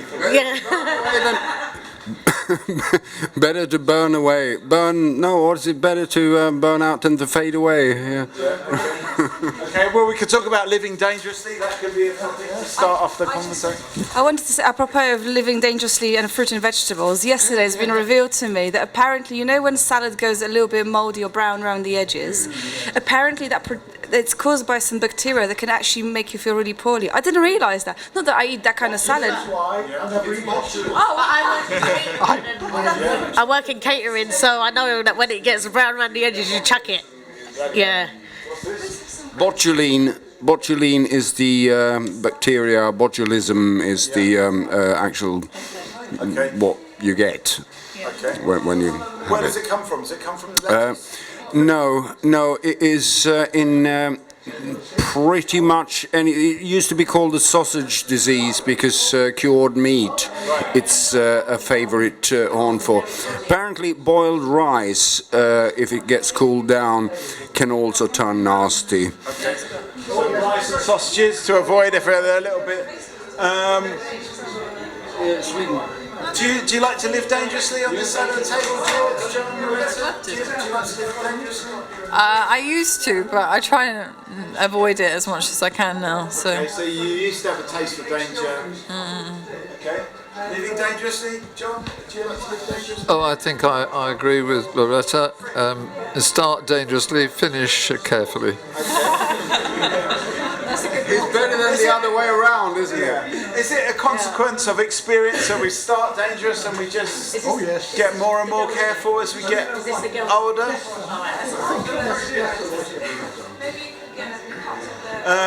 What do people think? So, do you live dangerously? Oh, I have in the past, but not anymore. No, yeah. Consequence of getting older than you live Yes. Oh, yes, definitely. Yes, it can take less chances, you know. I used to do BMXing and mountain biking. Now I'm doing touring. Okay. Yeah. Okay. Do you live less dangerously? It seems that this is a sharing. But you can't have it because obviously that's fruit, vegetable realm. So. Fruits, they're not vegetables. Are you living dangerously, or do you like to live? Always. I try to, yeah. Those are the fruit, so you know, there's the... Oh, okay, oh, fair enough. Any fruit? Do you want a grape? Do you live dangerously? I keep thinking I'm getting safer, and then I just keep playing football and injuring myself, so maybe I'm not... maybe I'm still living semi-dangerously, so... Okay. Dangerous? No, I've never lived very dangerously. Yeah. Quite happy to live my very sedate life. Yeah. I mean, do you think that younger people are more likely to live dangerously? Oh yes. Yeah, definitely. Why? They've got more to lose in a way. They've got more. Do they? I think it's also you're experiencing things as well when you're younger, so. You do at some point when you just feel you're invincible, kind of thing, yeah. I suppose. But there was only about 3 weeks ago when I was in a fight with 3 guys on the high street. Yeah. They tried to nick my bike, fuckers. Yeah. Okay. So. Up on the high street here. They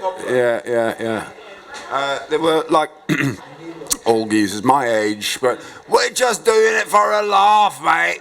And fuck, that sent me like so. I had to get into a fight there. Really, I mean, you don't fuck with a guy's bike. You don't.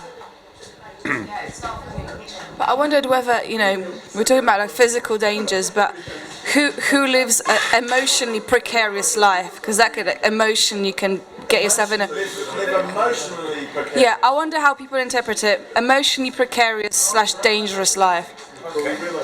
Well, that's an interesting point.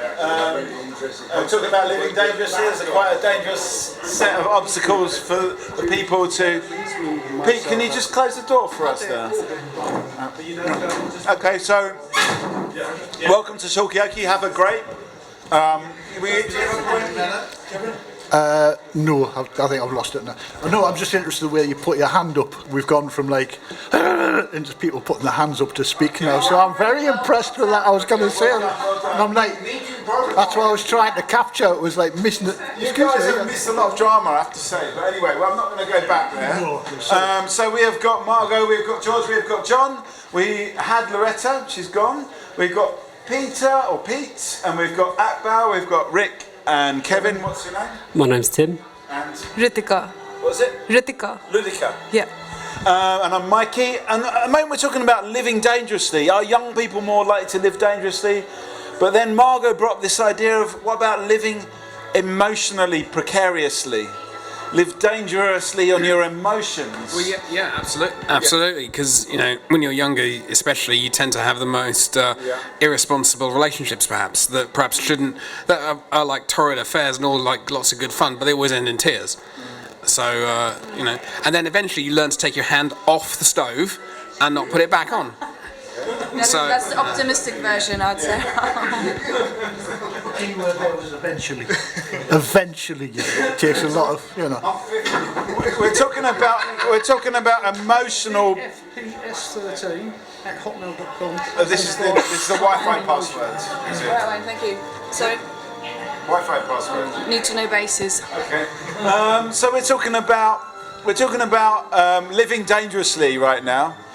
But I don't know, what does emotionally precariously actually mean? I'm not... I don't understand. Thank you, lovely. That was my my interpretation. Yeah, but it's a What does this mean? We've got another couple of faces. We've got. Tell us your name. Naz. Jay. Jay. This is Tim. I'm sorry, what was it again? Ritika. Ludwika. Was it? Yeah, yeah. Where you from, darling? Yeah. So it's hard to hear in the middle of the table here. Although I do actually hear what people say. Don't worry. Generally. Yes, we've been through that. And that's brought up the subject. That's brought up the subject of living dangerously. Do you know? Can I just say one thing? Because I had a little bit of a disagreement with a close friend of mine. Because I may not look like it, but I have 4 children, and grapes can make a child drunk if they eat too many. A child under the age of 3, if they eat more than a handful, their handful, not our handful, then it can make them drunk. How many grapes can a 3-year-old child? No more than a handful, which is 3 grapes for a child. What I said about fruit lately. I mean, if you give a horse a teaspoon of brandy or whatever strong alcohol, they will deck. We won't, because we evolved to eat fruit, and fruit always has a bit of alcohol. No, grass. Yeah, and that doesn't ferment. Horses could eat apples, no? Yeah, they can, but they get drunk sometimes. So do moose. I mean, the boozy moose of sweet. So where do we want to go with this? Please let me finish. Because a very close friend of mine has a beautiful little boy, and he has been assessed to be autistic. Yeah. But from very young, from when he started eating, he's not stopped eating fruit to the point where he's just eating fruit. And I said to her, he's drunk off the fruit all the time. Right. And I've actually tested it, that she's been out for the whole day and I've fed him not fruit, and he's completely different. And then he's having that fruit all day. Were you going to say something about that?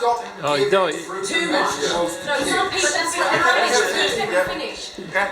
But I think that I think we've got the idea. Can I just say this one more thing? Some people think if they buy a bottle of Tropicana, that's my 5 a day.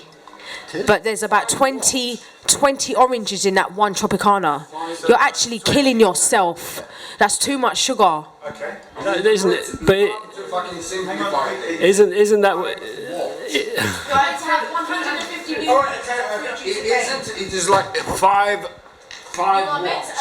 Okay, can we just go to Tim? We'll come back to this question. So but isn't that just about, like you were saying? Isn't it about the sugar? The sugar's more what's causing the child to be drunk. Because if it's not fermented, it's not alcoholic. But the other thing is 5 a day. That's around having a variety of 5 different fruit and veg a day. Not what. So one batch of 40. I'm sure it's not very scientific. It's just an attempt to try and get people to eat slightly better. It's not a. 4's okay, 6 is great. But what you were saying about fermenting, bears and all sorts of animals will go and eat apples that have been rotten on the ground, and you see them, they get pissed out of the bloody head of it. Yeah. Same with grapes, anything which ferments. Yeah. You know, just so there's many videos on YouTube of bears and caribou and horses and shit going, yeah, fucking come on then. Are they living dangerously? Yes, they certainly are, yes. They're living dangerously because we can die any fucking second. Yeah. Do you feel that? Do you feel? You disagree? I mean, do people feel like I could die any minute now? Did you feel that?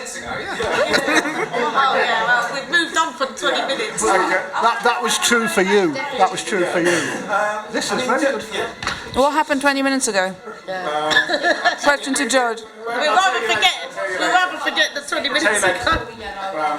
Trust me on that one. Okay. I was going to say it's like right. So where do we want to go with this conversation? You want to talk about? There's a few threads on the table. There's eating fruit. There's the science, and do we really believe in the science? There's the children, feeding children, alcohol. Where do we want to go with this conversation? Of course you believe in science. Of course you believe in science. Yeah.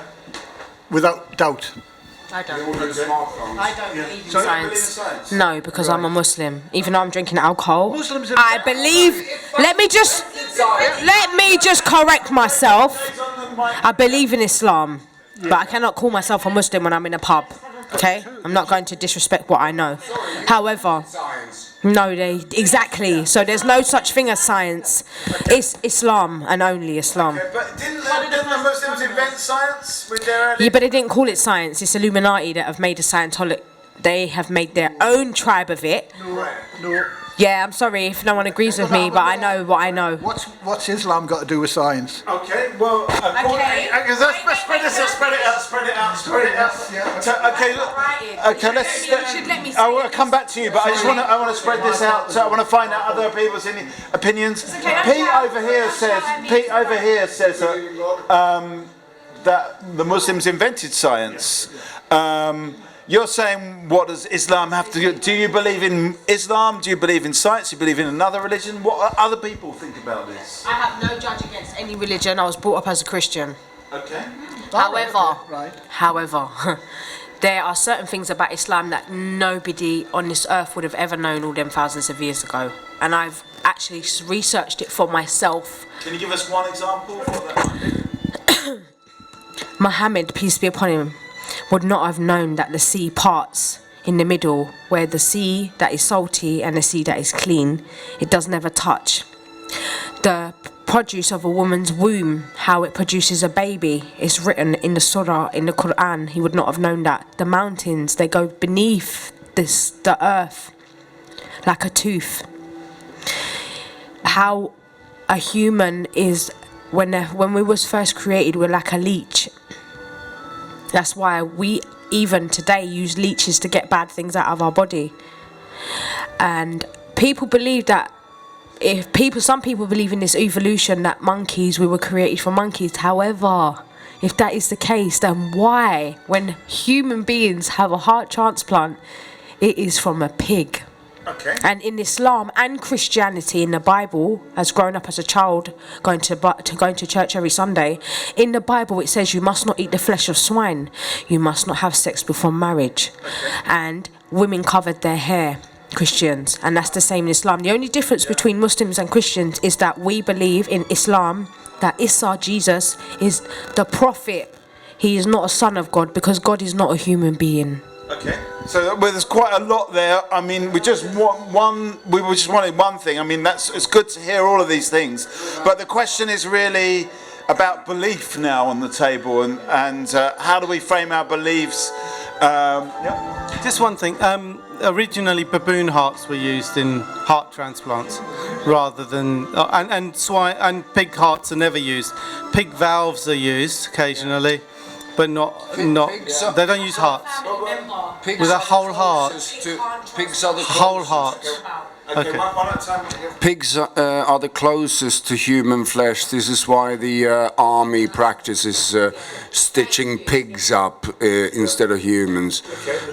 Although, I mean, I'm not sure I'm in on that either. What about this question about science versus religion? There is no science versus religion. Yeah. Most scientists today, as most humans, have a faith. I'm not one of them. I am a total atheist, but I recognize that most people on this planet have a faith. That is not running against science, because science comprises... Okay, it does and it doesn't. Okay. Well, let's find out from other people. What do you think? Does science compete with religion? Yes. Sorry, I would say it's a complete contrast. The two are on complete opposite sides. Why? Give us an example of where they clash. You can. I was going to say. I was going to say. Yeah. Hang on. Yeah. I can't. No, I can't. I'll have to come back to me. You'd have to come back. But you can. Creation. I mean, I was on this walk a couple of weeks ago, and it was around Stamford Hill, and it was run by a rabbi. He was kind of showing us around and stuff, and he took us to school, and we went inside as well. And he was saying, in this school they teach creationism and as well as evolution as the main thing, but then the creationism is also kind of proposed as an option, and it's kind of like on equal terms, but acknowledging that Ofsted prefers evolution type of teaching. Yeah, of course, that's everybody's go. Okay. Yeah, no, you must have it. Because I want to find out what everyone on our table thinks. Is there a clash between religion and science? What about evolution and creation and how the world was created? I think those things can overlap, and I think back in the day, before even religion was invented, because I think it's a kind of invention to, to kind of keep control of people in this, easier. So I think people had natural intelligence, then they were very observant about the nature, about what surrounds them and stuff. And I think, because I'm reading now how Europe became Christian, and it is just, people were getting on just fine. They were fighting, sometimes not fighting, but they were just going about their lives in a normal way. They believed in pagan, gods, whatever. And that worked. And then the reason why countries adopted Christianity was because it was convenient for other people, maybe higher up in hierarchy, to get protection or more wealth, that kind of stuff. Okay. I mean, what is religion? Well, let's get some other views. Have you got a view on this? I really feel that science and religion, they sometimes go hand in hand, but if you take the case of Hinduism or Islam or Christianity, everything has a scientific reason. Like, I won't say everything, but most of things do.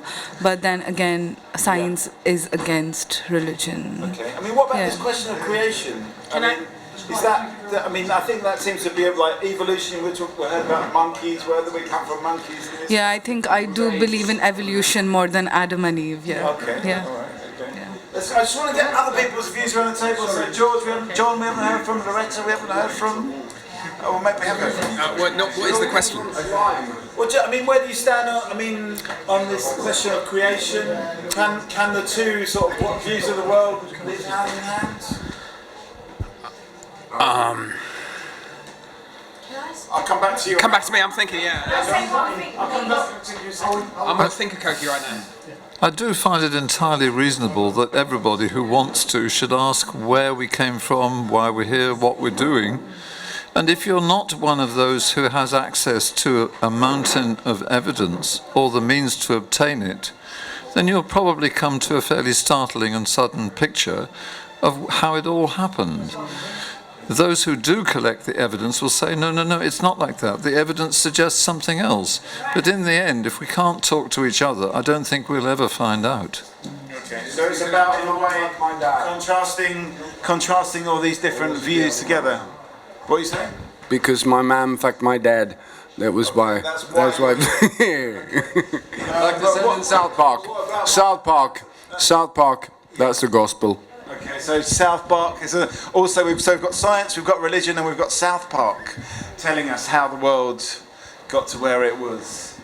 I think that there's a confusion when it comes to evolution in that people say we come from monkeys. No, we don't. Not even remotely the case.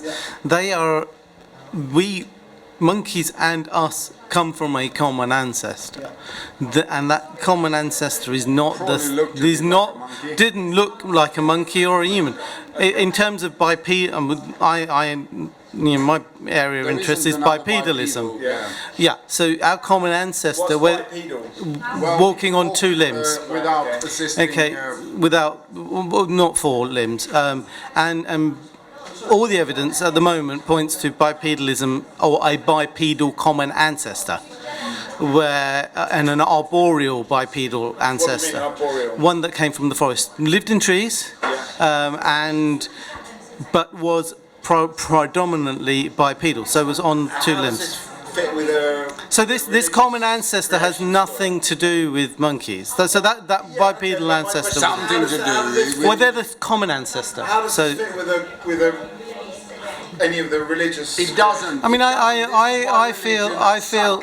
For me, I feel that you can have a faith, but you can also understand that there are realities and science being part of the way that you've come here.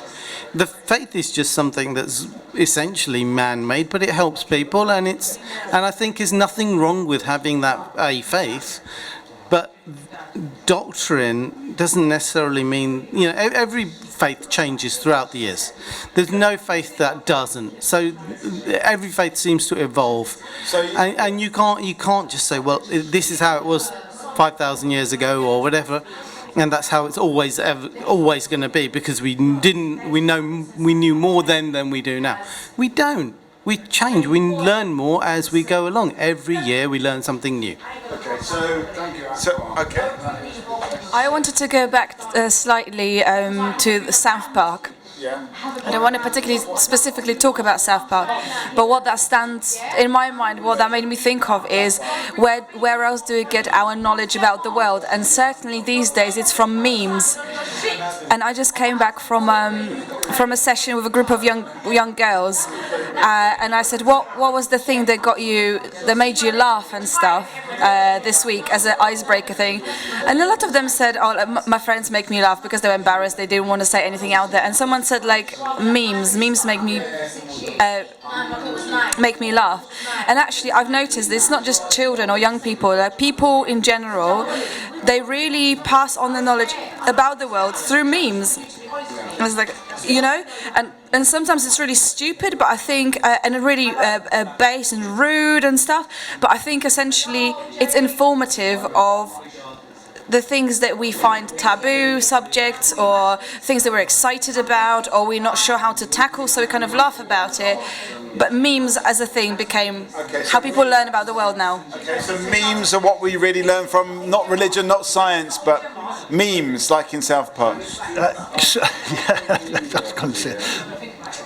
Whenever I'm on Facebook or anything like that, as soon as I see a meme or something like that, it's pointless. Discussion's over, because it then just goes into memes. There's a lot of content and lazy messaging in memes, I think. It's just like, and that little snarly faced girl. It's not really thinking. It's not thinking at all, I would say.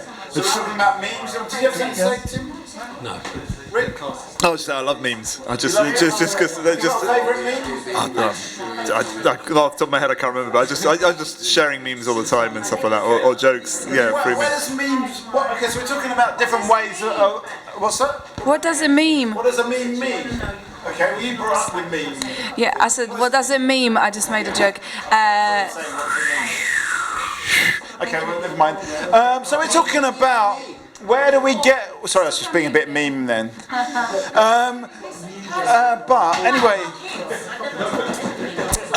where do we get our knowledge from, our understanding of the world? Are we now getting it from memes, as Margot's saying? And are we actually not even thinking about science or religion, but memes? I'm sorry, I can be quite vehement on that. People aren't thinking about it at all. They just go straight into memes, just straight. You can have an argument with an American about politics or something. Straight away, you'll get the eagle with a gun. Straight away, within 2 seconds, quite literally, and you can be arguing about. Do you have arguments with people? Oh hell aye, yeah, oh hell aye, yes. About what? Politics, on Facebook, mainly about politics. Okay. And they bring out a picture of an American with a gun. Without a fail, and an eagle with a gun or some sort of contemptuous meme. But they are brilliant. They are really good. Like I say, you collect them. Okay. It's just they're quite poignant things as well, in a sense, because sometimes like a program from your childhood kind of makes a comeback in the shape of a meme. Like, for instance, recently, I didn't know if people did this, but I just signed up to a lot of Facebook groups recently for a reason. But the people, for instance, if they liked the post, then they posted a picture of, in Poland there used to be this military kind of like wartime series, and one of the main characters, he was a soldier. So there's a picture of this soldier. He was like such an icon. So there's a picture of this soldier with binoculars, and the caption says. Was it tactical observer to observe this post or something like that? And I just think it's just so funny, but it kind of made me think, kind of go back and I'm not saying it's deep, it's not deep at all, but it makes me feel familiar, and I like how it's making its comeback now. So we are it's these weird little jokes or little things that we see, and they're kind of based on quite a depth of knowledge in this case, and in your case. Okay, and let me just get to George. But aren't memes all just like, you know, snapshots of pop culture? They're not. I mean, then they shouldn't really be talks about in the same breath as science, surely.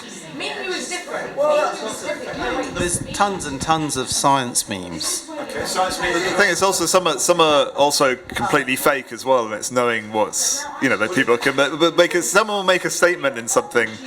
Can you have a fake meme? Well, you can have something that's just saying like a complete lie, basically, and people will believe it, but it could be saying something that's not actually happened in life or so. But it's like people go and they'll share it along, and it'll I'm trying to think of an example, and I can't think of it off the top of my head. But yeah, there are fake memes. Yeah. John, have you got any views about memes? No. Memes, Loretta? My knowledge of memes is quite infantile. I mean, all I really do is a winking icon, smiley, and yeah, that's not much. Oh, it's emojis. What is a meme? Does everyone around the table know what a meme is? What is a meme? Meme is, I think it's taken from science, actually, isn't it? But it's something that kind of comes to existence and then it gets perpetuated and just gets passed on indefinitely. And it's something from genetics. I don't know. I can't exactly remember. Maybe some other people remember. I'm probably wrong, but I think it was like Richard Dawkins or someone mentioned it like a while ago, and memetics. But I was going to say what Akbar mentioned. Like, if we're at the level where we're talking about science memes, then surely, you know, textbooks should be written in emojis, and then, you know, we. Emojis. I know, like like in terms of memes of chromosomes and all of that sort of stuff. Yeah. Oh, okay. I think what George is saying is that there was a meme. A meme is like if you're gonna. This is a meme. Kind of, yeah. This is a meme, just for everybody. It's just a funny picture. Meme has to have a background. Yeah. No, I mean. Yeah. It's not chromosomes. No, it's got to be more than that to be a meme, I would argue. Really? Yeah. Is this a meme? I think is that a meme? No. No, you say it's There's not a meme. lot of This is not a meme. This has been disallowed as a meme. But I mean, I think what George was saying is that a meme is like a gene, but instead of being about DNA, it's about information and memories. Yeah. There you go. That's a meme. Okay, That's a meme. I think. I think everybody agrees that's a meme. No, I thought it was a card. I was at the No, meme. No. Yes. That's a meme. Is that a meme? Yes. Okay. This has been acknowledged by the table as a meme. Also, there's this one with Batman and Robin when Batman slaps him around the face. It's like, "Merry Christmas! It's November." I think it's something that you should actually. I don't know why it's so funny, because it's not even that funny. But it's just the fact that you keep on seeing it all the time. And just put on the Brexit. Don't mention Brexit. It fits so perfectly. So many things. Yeah. Okay, so where do we want to go with this conversation? Do we want to talk about memes and how, in a way, this is about, be it science, religion, or memes, this is about how information gets transmitted from one person to the next and how it changes along the way, or does it change? And these are I guess what this is what we're talking about now. Now everyone's looking for memes on their phones. I was going to say, we're all looking for the precise one. I would like to propose that there's something meaningful with the Talkaoke that should definitely become a meme, and we should caption it. Should there be a meaningful Talkaoke meme? I don't know what you mean. I'll have one tomorrow. Okay. A meme based on. Hopefully it's not going to be based on the most dramatic part. Yes, it will become a Batman moment because there's a nice. Okay. Tim, have you got any views on memes? No. Pronunciation. There's a good thing. How do you pronounce meme? Mimi. It's Mimi, really. Is this the culture for the Mimi generation? I think it's possible, but also I think the way the things are written in English is confusing. I mean, who's to say meme? Oh yeah, sure. Based on what exactly? No, because someone said so. Where are you from? I'm Swedish originally. I've been here for 22 2 years now. I'm from Hackney. How long have you been? But I moved to Beckham now, so I don't know where I'm from. Okay, so confused. Are you in Beckham as well? Jesus. Everyone's in Beckham. Lived in Peckham for 5 years. It strikes me we need a fresh subject here, because I think we've done the meme thing. We've actually done science, religion and evolution in about 5 minutes as well. So where do we go from here? Do we want a new subject? Do we want a new host and a table? Do you want to try that again? Try it. Who wants to have a go in the middle? Anyone want to have a go in the middle? David Beckham. Here's a new subject for you. David Beckham kissing his daughter on the lips. I don't even know what that made the news. Thank you. Yeah, thank you. Thank you. Yeah, it's absolutely astonishing. There's a picture of David Beckham kissing his daughter, who's about 5, I think. Oh, no. And his daughter's about 5, 6 or something. And it's just yeah, but it's his daughter, for God's sakes, you know. And the fact is, he's kissing her on the lips, not on the cheek. That she's yeah, exactly. Well, that's what we're saying. But it is in the newspapers. Look at the scandal, David Beckham kissing this, you know, his daughter on the lips type thing. Anyone here got a daughter? So why is this even news? I've only got 2 boys. You got 2? Have you ever kissed them on the lips? Yeah, I think I probably have when they were little. Not now, but too old for it now. They won't want me kiss them. Oh, I can't even kiss them on the cheek or the head, forehead now. But I tried. Kissing on the lips, kissing on the cheeks, and pretending you don't. I think when they're very young, you know, like 5 years old. I don't know. You just get over it. I don't know. My grandmother still kisses her son, my stepdad, on the lips, but you know, it just doesn't look. Yes, I think it was but I find your audience a bit peculiar tonight. I know there's a funny vibe here tonight. I don't know what it was going on there, but this is a genuine question. No, it wasn't a genuine question. No, not the blowjob question. The question of, does anyone want to have a go in the middle of the table? No. Do you want to have a go? No. No. Okay, well, I guess I'll carry on for a bit longer. But okay, so I think the David Beckham thing has kind of, everyone's just agreed that's ridiculous nonsense. And yet the newspaper's trying to. Thank you. Yeah, trying to hype it up into something much more, and people are biting the bullet. And if you go on Facebook or anything like that, you'll see it now. It's disgusting. He's a paedophile. That's really, it's absolutely ridiculous, absolutely astonishing. And that's why I just wanted to feel for the rest, because like you look at things and you go, you want to get a sense of that's real life. Are you just thinking that this is weird, or does everyone think it's everybody in the papers and lots of people on Facebook blustering, like, so there you go. But we've got to. Everyone else thinks the same thing. So we need, in a way, we need another fresh subject. Any thoughts, comments, suggestions, ideas? What's on my mind is what May is going through now. Theresa May? Yeah. Oh, do you feel sorry for Theresa May? Well, no, that whole thing that she's put up. I feel sorry for her.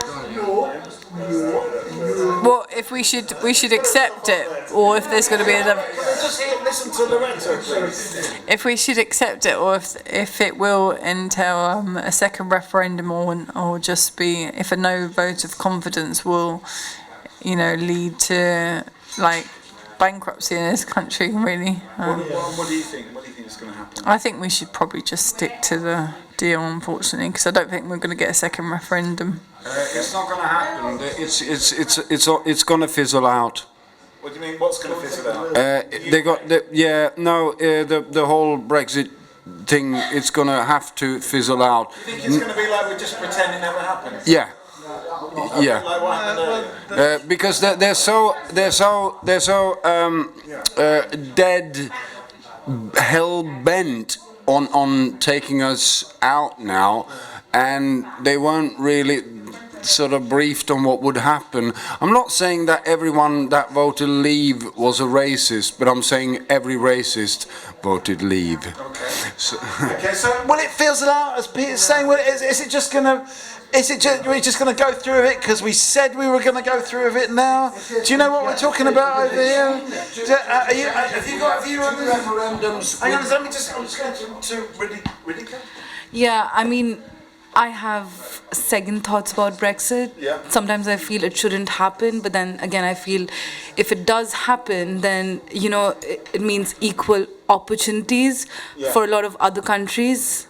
What do you mean because, by that? I mean, people with a European passport, they can come in anytime. They don't pay for a visa, healthcare, but I mean, people from Commonwealth countries and other countries, they have to pay a lot. Okay, so it will mean more equality for other countries. Yeah, but then again, there are bad effects to it as well. So I'm not really a supporter of Brexit, but then There is an issue that what about all the other countries where you can't come to the UK, you can't come to London?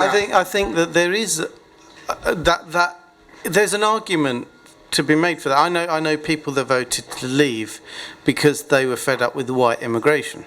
Right. And they didn't want any more white immigration because... no, absolutely.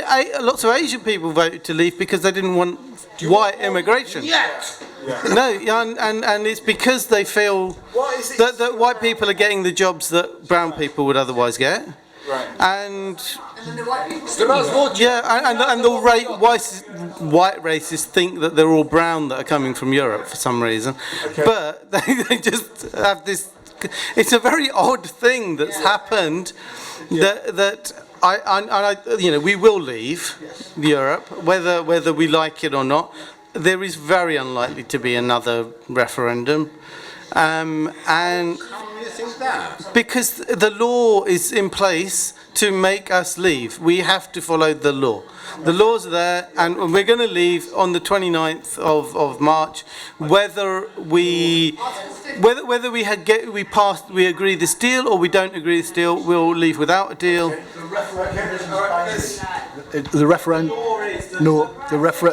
My understanding of it is the referendum is just a thing to the government to say do this. The government do not have to obey the referendum.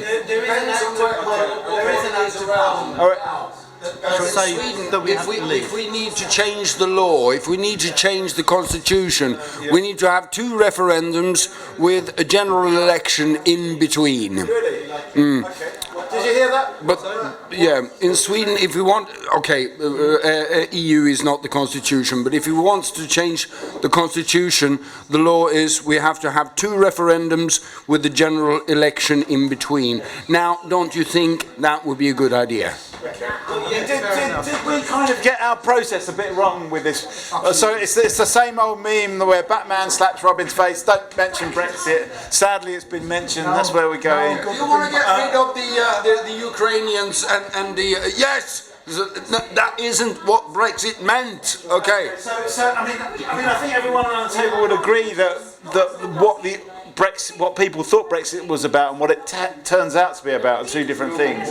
But does that mean there should be a second referendum? And can we legally, whatever the sort of process-wise, have one? Is it possible? Tim, have you got any views on this? I know you've just come in. John, have you got any views on this? Not really. I think the way out of chaos is going to be chaotic. Okay. Is there only a chaotic way out of chaos? No, I think it is chaotic, yes. I can't understand why any of the people who voted to exit, to leave, are so scared of a second referendum. They keep saying it's democracy, we've had the referendum, this is what we vote for, this is what we've got to stick by it. That's what you always get. I think the argument is it's democracy and look what it's brought us. So do we need more democracy? Yeah, exactly. No, we don't really. But it was misinformed democracy. It was just like a token gesture of get rid of the white man who's coming from a foreign land. They wanted to create some sort of they wanted to whip up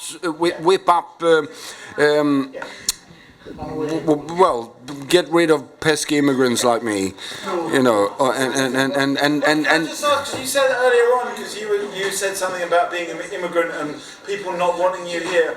Did this whole Brexit thing make you feel differently about being an immigrant? Yes, and so does everyone that I know. Right. And what is the explain a little bit what the change is and how have things changed? Well, I'm going bike touring a lot, and you see in these kind of white places along the coast, if I had my Mexican friend with me, we would be treated differently. People are now this is after you lost the colonies. Right. Yeah, after South Africa, when India said no, when Nigeria said we don't want you anymore. I'd like to look at this. Do you think you fucking made it yourself? You didn't. No, you didn't. You had the help of all the enslaved people of the world. Right. Okay, let's get this straight. You sound very angry towards Britain. You're so British yourself. I'm Swedish. I know, but you're British. But you've been living in Britain for 22 years. Yeah, and I have objections. I think I'm entitled, after 22 years, to have some objections. Yeah. I mean, generally, Britain is a good place to live. Yeah, absolutely. Okay. So there's a lot of anger.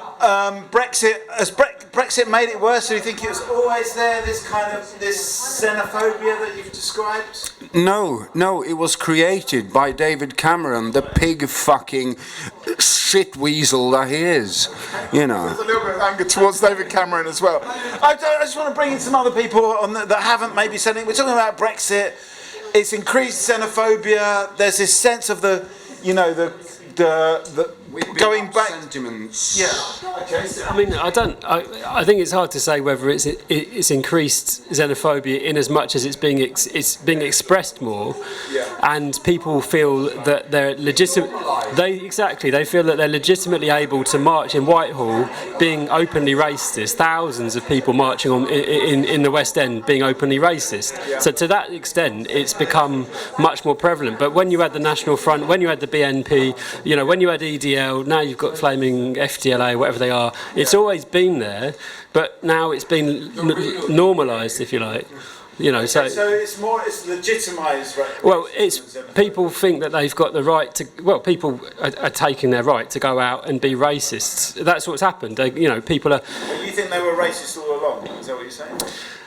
I think. Well, yeah. I mean. Xenophobic in a sense. We're all xenophobic. Yeah. Okay. This is. I mean, if we like our innermost sentiments, we are more likely to turn against someone that doesn't speak like us, look like us, or dress like us, or have some different pretend friend. Yeah. So in the beginning, when the whole world was one piece, we were all created off that same piece. And it's caused so much controversy because that bit was black and that bit was white and that bit was caramel and that bit was chocolate. But we all was from the same. The whole thing is the same, but it's just different parts of it. I mean, do you think there's an element? So now, I do think that makes us xenophobic, not liking someone that's different. I think what the biggest part of it has made it an argument is people claiming a country. Right. We all live on Earth. We're all from Earth. We all bleed. We all shit. We all piss. We're sorry to say that, but we all have the same veins. We all breathe in oxygen. Yeah. And because someone may be lighter or darker or it's disgusting. So do you think we should be like a global nation?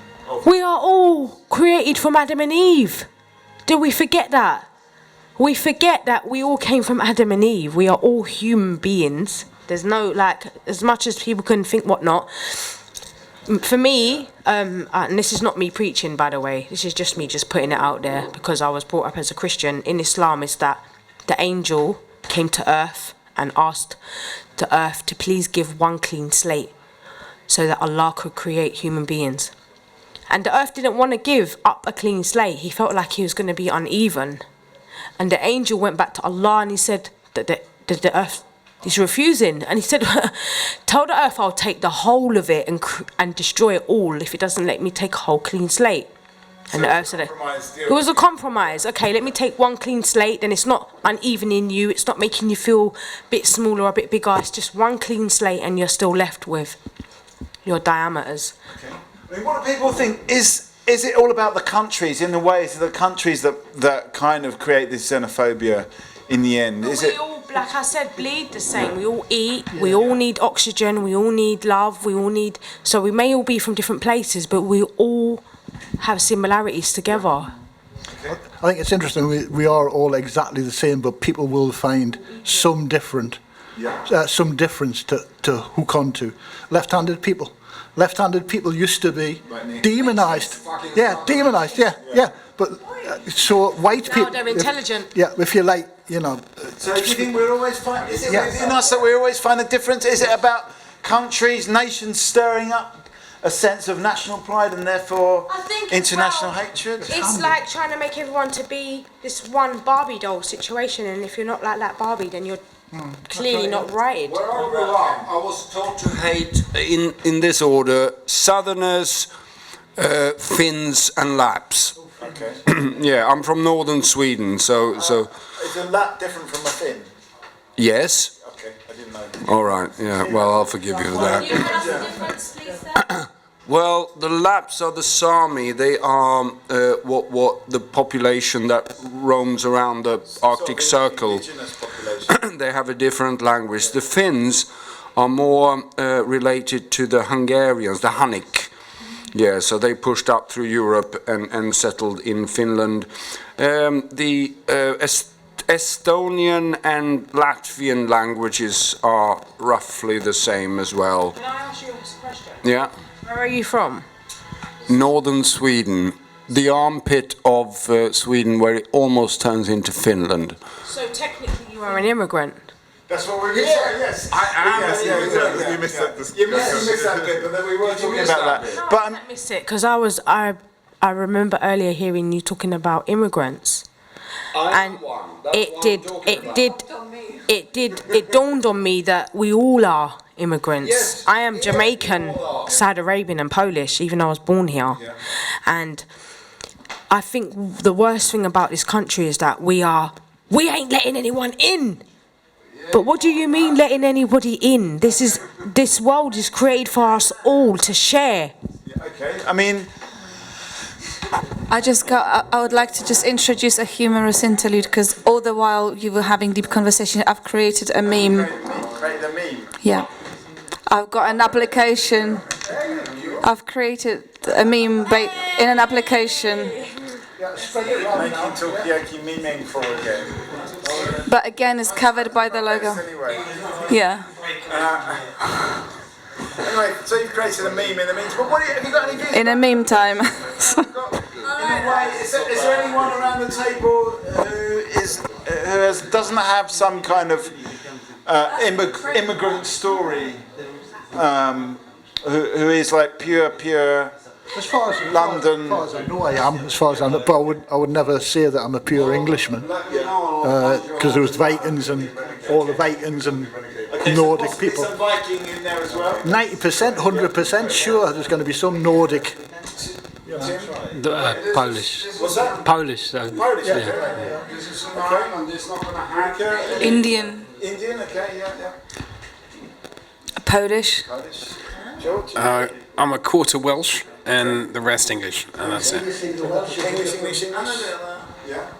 Oh, I think I'm 100% Cornish. I will remain an immigrant. Okay. Do you feel an immigrant being Cornish coming to London? Well, yes, of course, because what I have had to do is to hide my Cornish accent. Otherwise, I would be stigmatised and people would, put pressure downwards upon me. Well, very much so. Because I think that there is a great deal about the practical psychology underlying many, many people that we have to be more defensive than we are proactive. Right. It is the threats that we have to meet that we prepare ourselves for. Right. And the idea of being confronted by somebody who doesn't come from where I come from means that person obeys different rules, and they may not be very nice towards me. So I don't like him or her straight away. Okay, so it's about the different rules set. Don't forget that, just a minute, you've had plenty of say, and I've listened to you a great deal. I think it is quite important to realise that this is at a different level from the one we might like to talk about. This is not at the intellectual level, it is at a deeper level that tells us to react in a certain way, and then the words come, if we have the words, as some people do. But I mean, is this something that we're always inevitably going to have? Is it something that is kind of exploited by the likes of the Brexit campaigners or those who... Yes, I think it is perversely exploited by the Brexit campaigners, but then also by the fanatical Leave campaigners as well. In fact, by any political campaigners. The best one of the lot at the moment who's coming undone seems to be Donald Trump. It's all about stories, and the stories are based on the deeper psychology of the people to whom the stories are told. That's how they react. And they say, well, I don't know how, I don't have the information, I can't answer that one, but I just feel it's right to go this way. And we get people like Trump, we get people, they're treading all over us all the time. Trump and what he's doing now. Facts to cloud the issues, eh? Yeah. Facts, yeah. Sorry, I didn't mean to interrupt. It's a deeper thing, and I guess what you're saying is that something deeper than the actual facts is this thing that deep inside of us that resonates. It feels right. I just want to add one which is, I think, slightly amusing. Something I overheard on a bus. There were two women sitting in front of me in earnest conversation for a half-hour journey, and finally one of the women turned to the other and said in a loud voice, "I've made my mind up, please don't confuse me with facts." Well, no danger of that here. What were you going to say, Loretta? I was just saying you reminded me about what's going on with Trump at the moment and how absolutely ghastly that is, and about Mexico, and but maybe it's a different subject. Trump is just a populist who's bought in and given a voice. He's given a voice to... Yeah, I mean, is there a way to counter this? Because what you're talking about is very, very sort of deep psychology. Is there a way to actually bring facts back to the fore and actually... I think that people are very, very divided and refuse to listen to other people. And this kind of conversation, this table allows people to have contrary opinions, but you listen to each other in a civil manner, hopefully. Hopefully. But the thing is, you don't have to agree. You don't have to be on the same side politically, but you can listen to one another. You can say, right, well, we may not agree on this, that, and the other, but yes, we do agree on this other thing. And on memes, yeah, exactly. So there's, at the moment, there seems to be this huge divide, and I think it's better in this country in terms of Leavers and Remainers, in that we can still talk to each other, whereas in the States it's a very, very much more divided society, incredibly divided. The division is so much that the people will just refuse to discuss politics, discuss their opinions, because it's very hard for them to rationalise. I disagree with you on this, so but I agree with you on that. They just have to disagree regardless. It's almost whatever the other person's thinking. Because you're on opposite sides. So if you're the right wing or you're the left wing, you mustn't agree on anything. Even though if you go right to the extremes of right and left, it kind of goes around in a circle, and you get this kind of socialism in a way. but in an odd from an odd direction. And nobody seems to quite work that out. But here, at least we can. If you're a Leaver or a Remainer, we still have conversations. I think. So we're not as bad as America yet. I mean, is there a similar sort of divide? I don't know much about. Is there a similar sort of thing going on in India,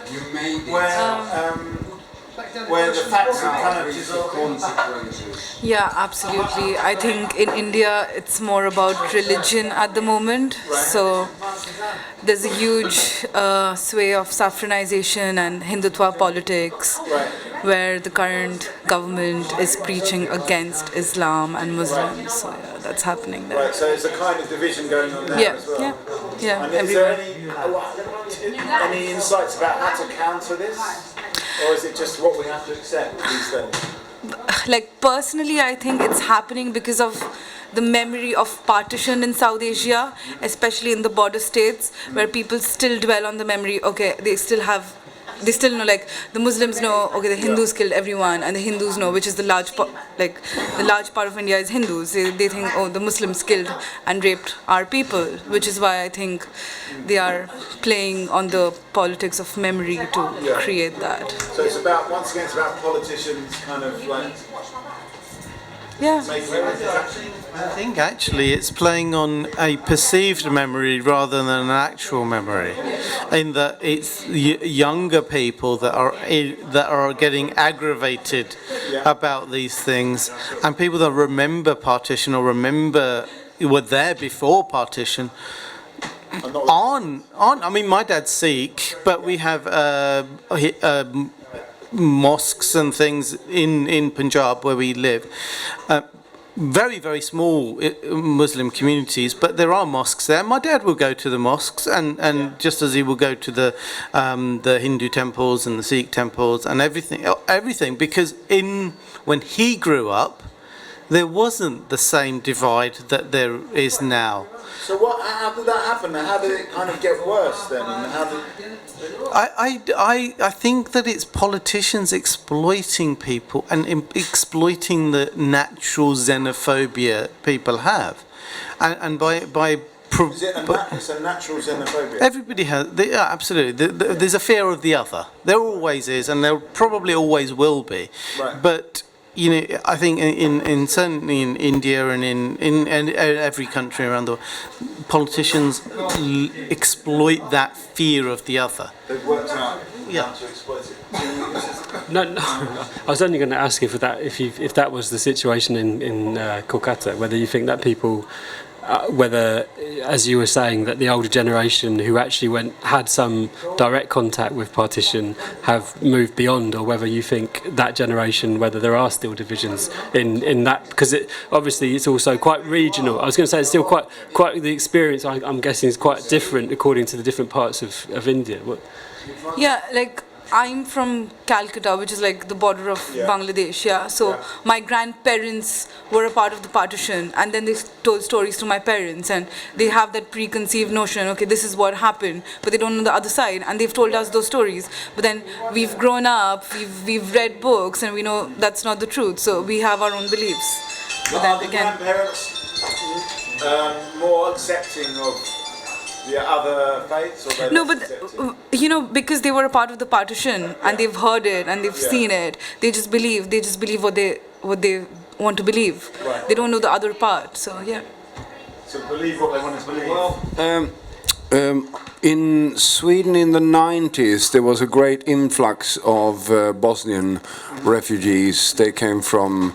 They were either Bosnian. They were when you're Bosnian, so Zlatan was one of them, and they used to have a mosque in one end, a church in one end, and something in the middle.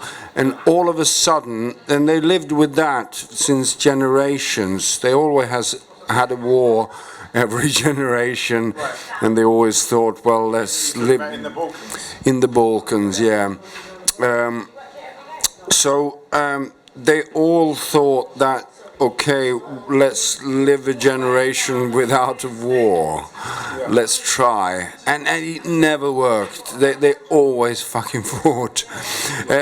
in fact, the bass player in my band, his great uncle was the guy that was in line for shooting Prince Ferdinand. Right. He was, when you say Vasa Čubrilović to a Serbian, he will buy you drinks and put you up. All right, so we're kind of coming to the end of the evening now, as far as Talkaoke is concerned. So it's maybe time to get the final thoughts. I feel like we're on a bit of a downward kind of journey here, though. I don't know if anyone's got any sort of like sparks of hope. Is a meme generation gonna unite us? Just looking for nice memes of puppies. Memes of puppies. But what are people's final thoughts? I mean, on this. I mean, we've been through a whole journey of conversation. What are people's sort of final thoughts here? Anyone want to start off? How are people going to sum this up? What are people going to go away thinking? I think let's do it next week. It's great. Let's do it next week. Okay.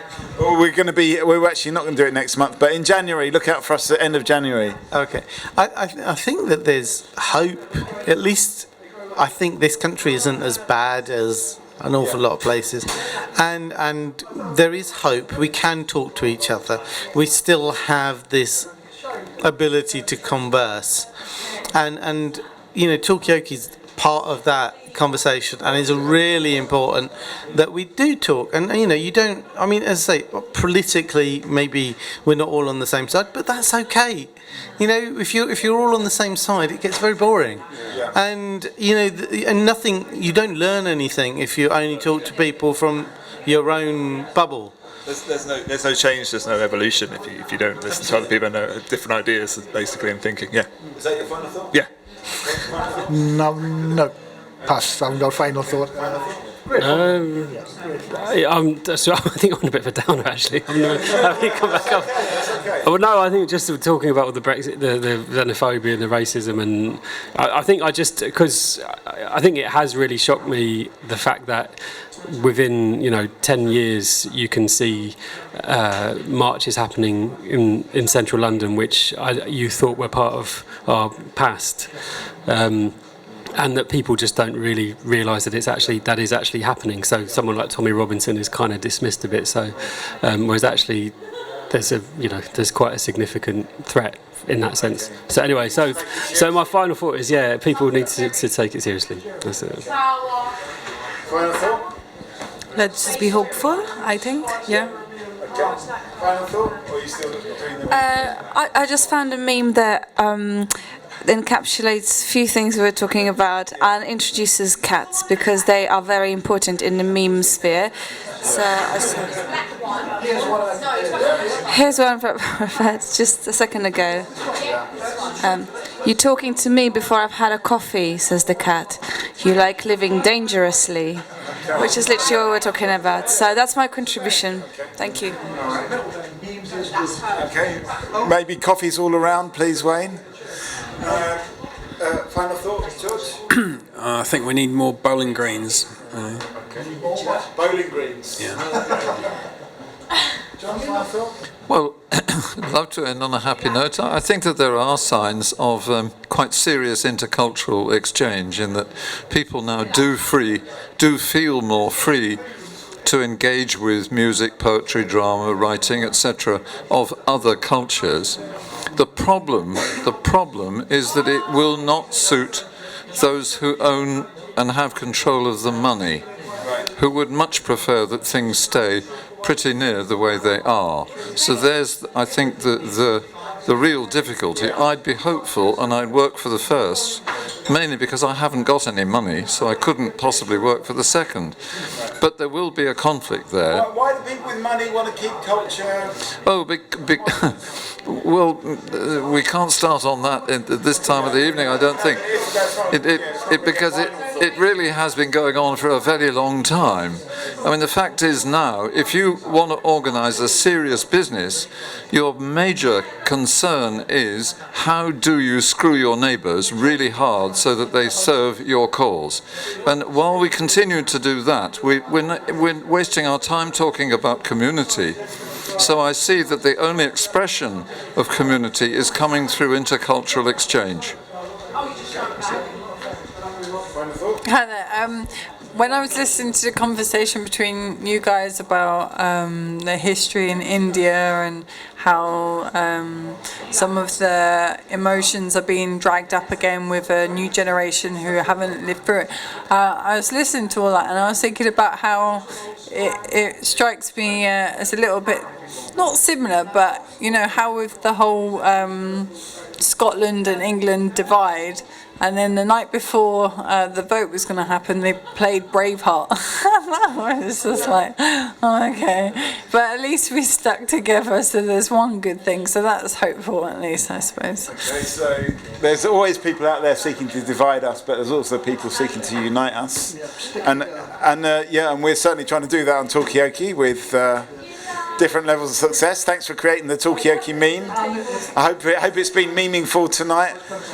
If anybody has any memes that they'd like to share, I've got a Facebook page called I Will Plunder the World, which does what it says on the tin. I will take memes from anybody.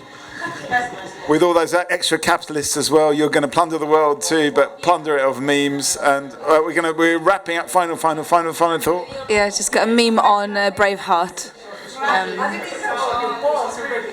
You may delete your comment, but you'll never delete my screenshot.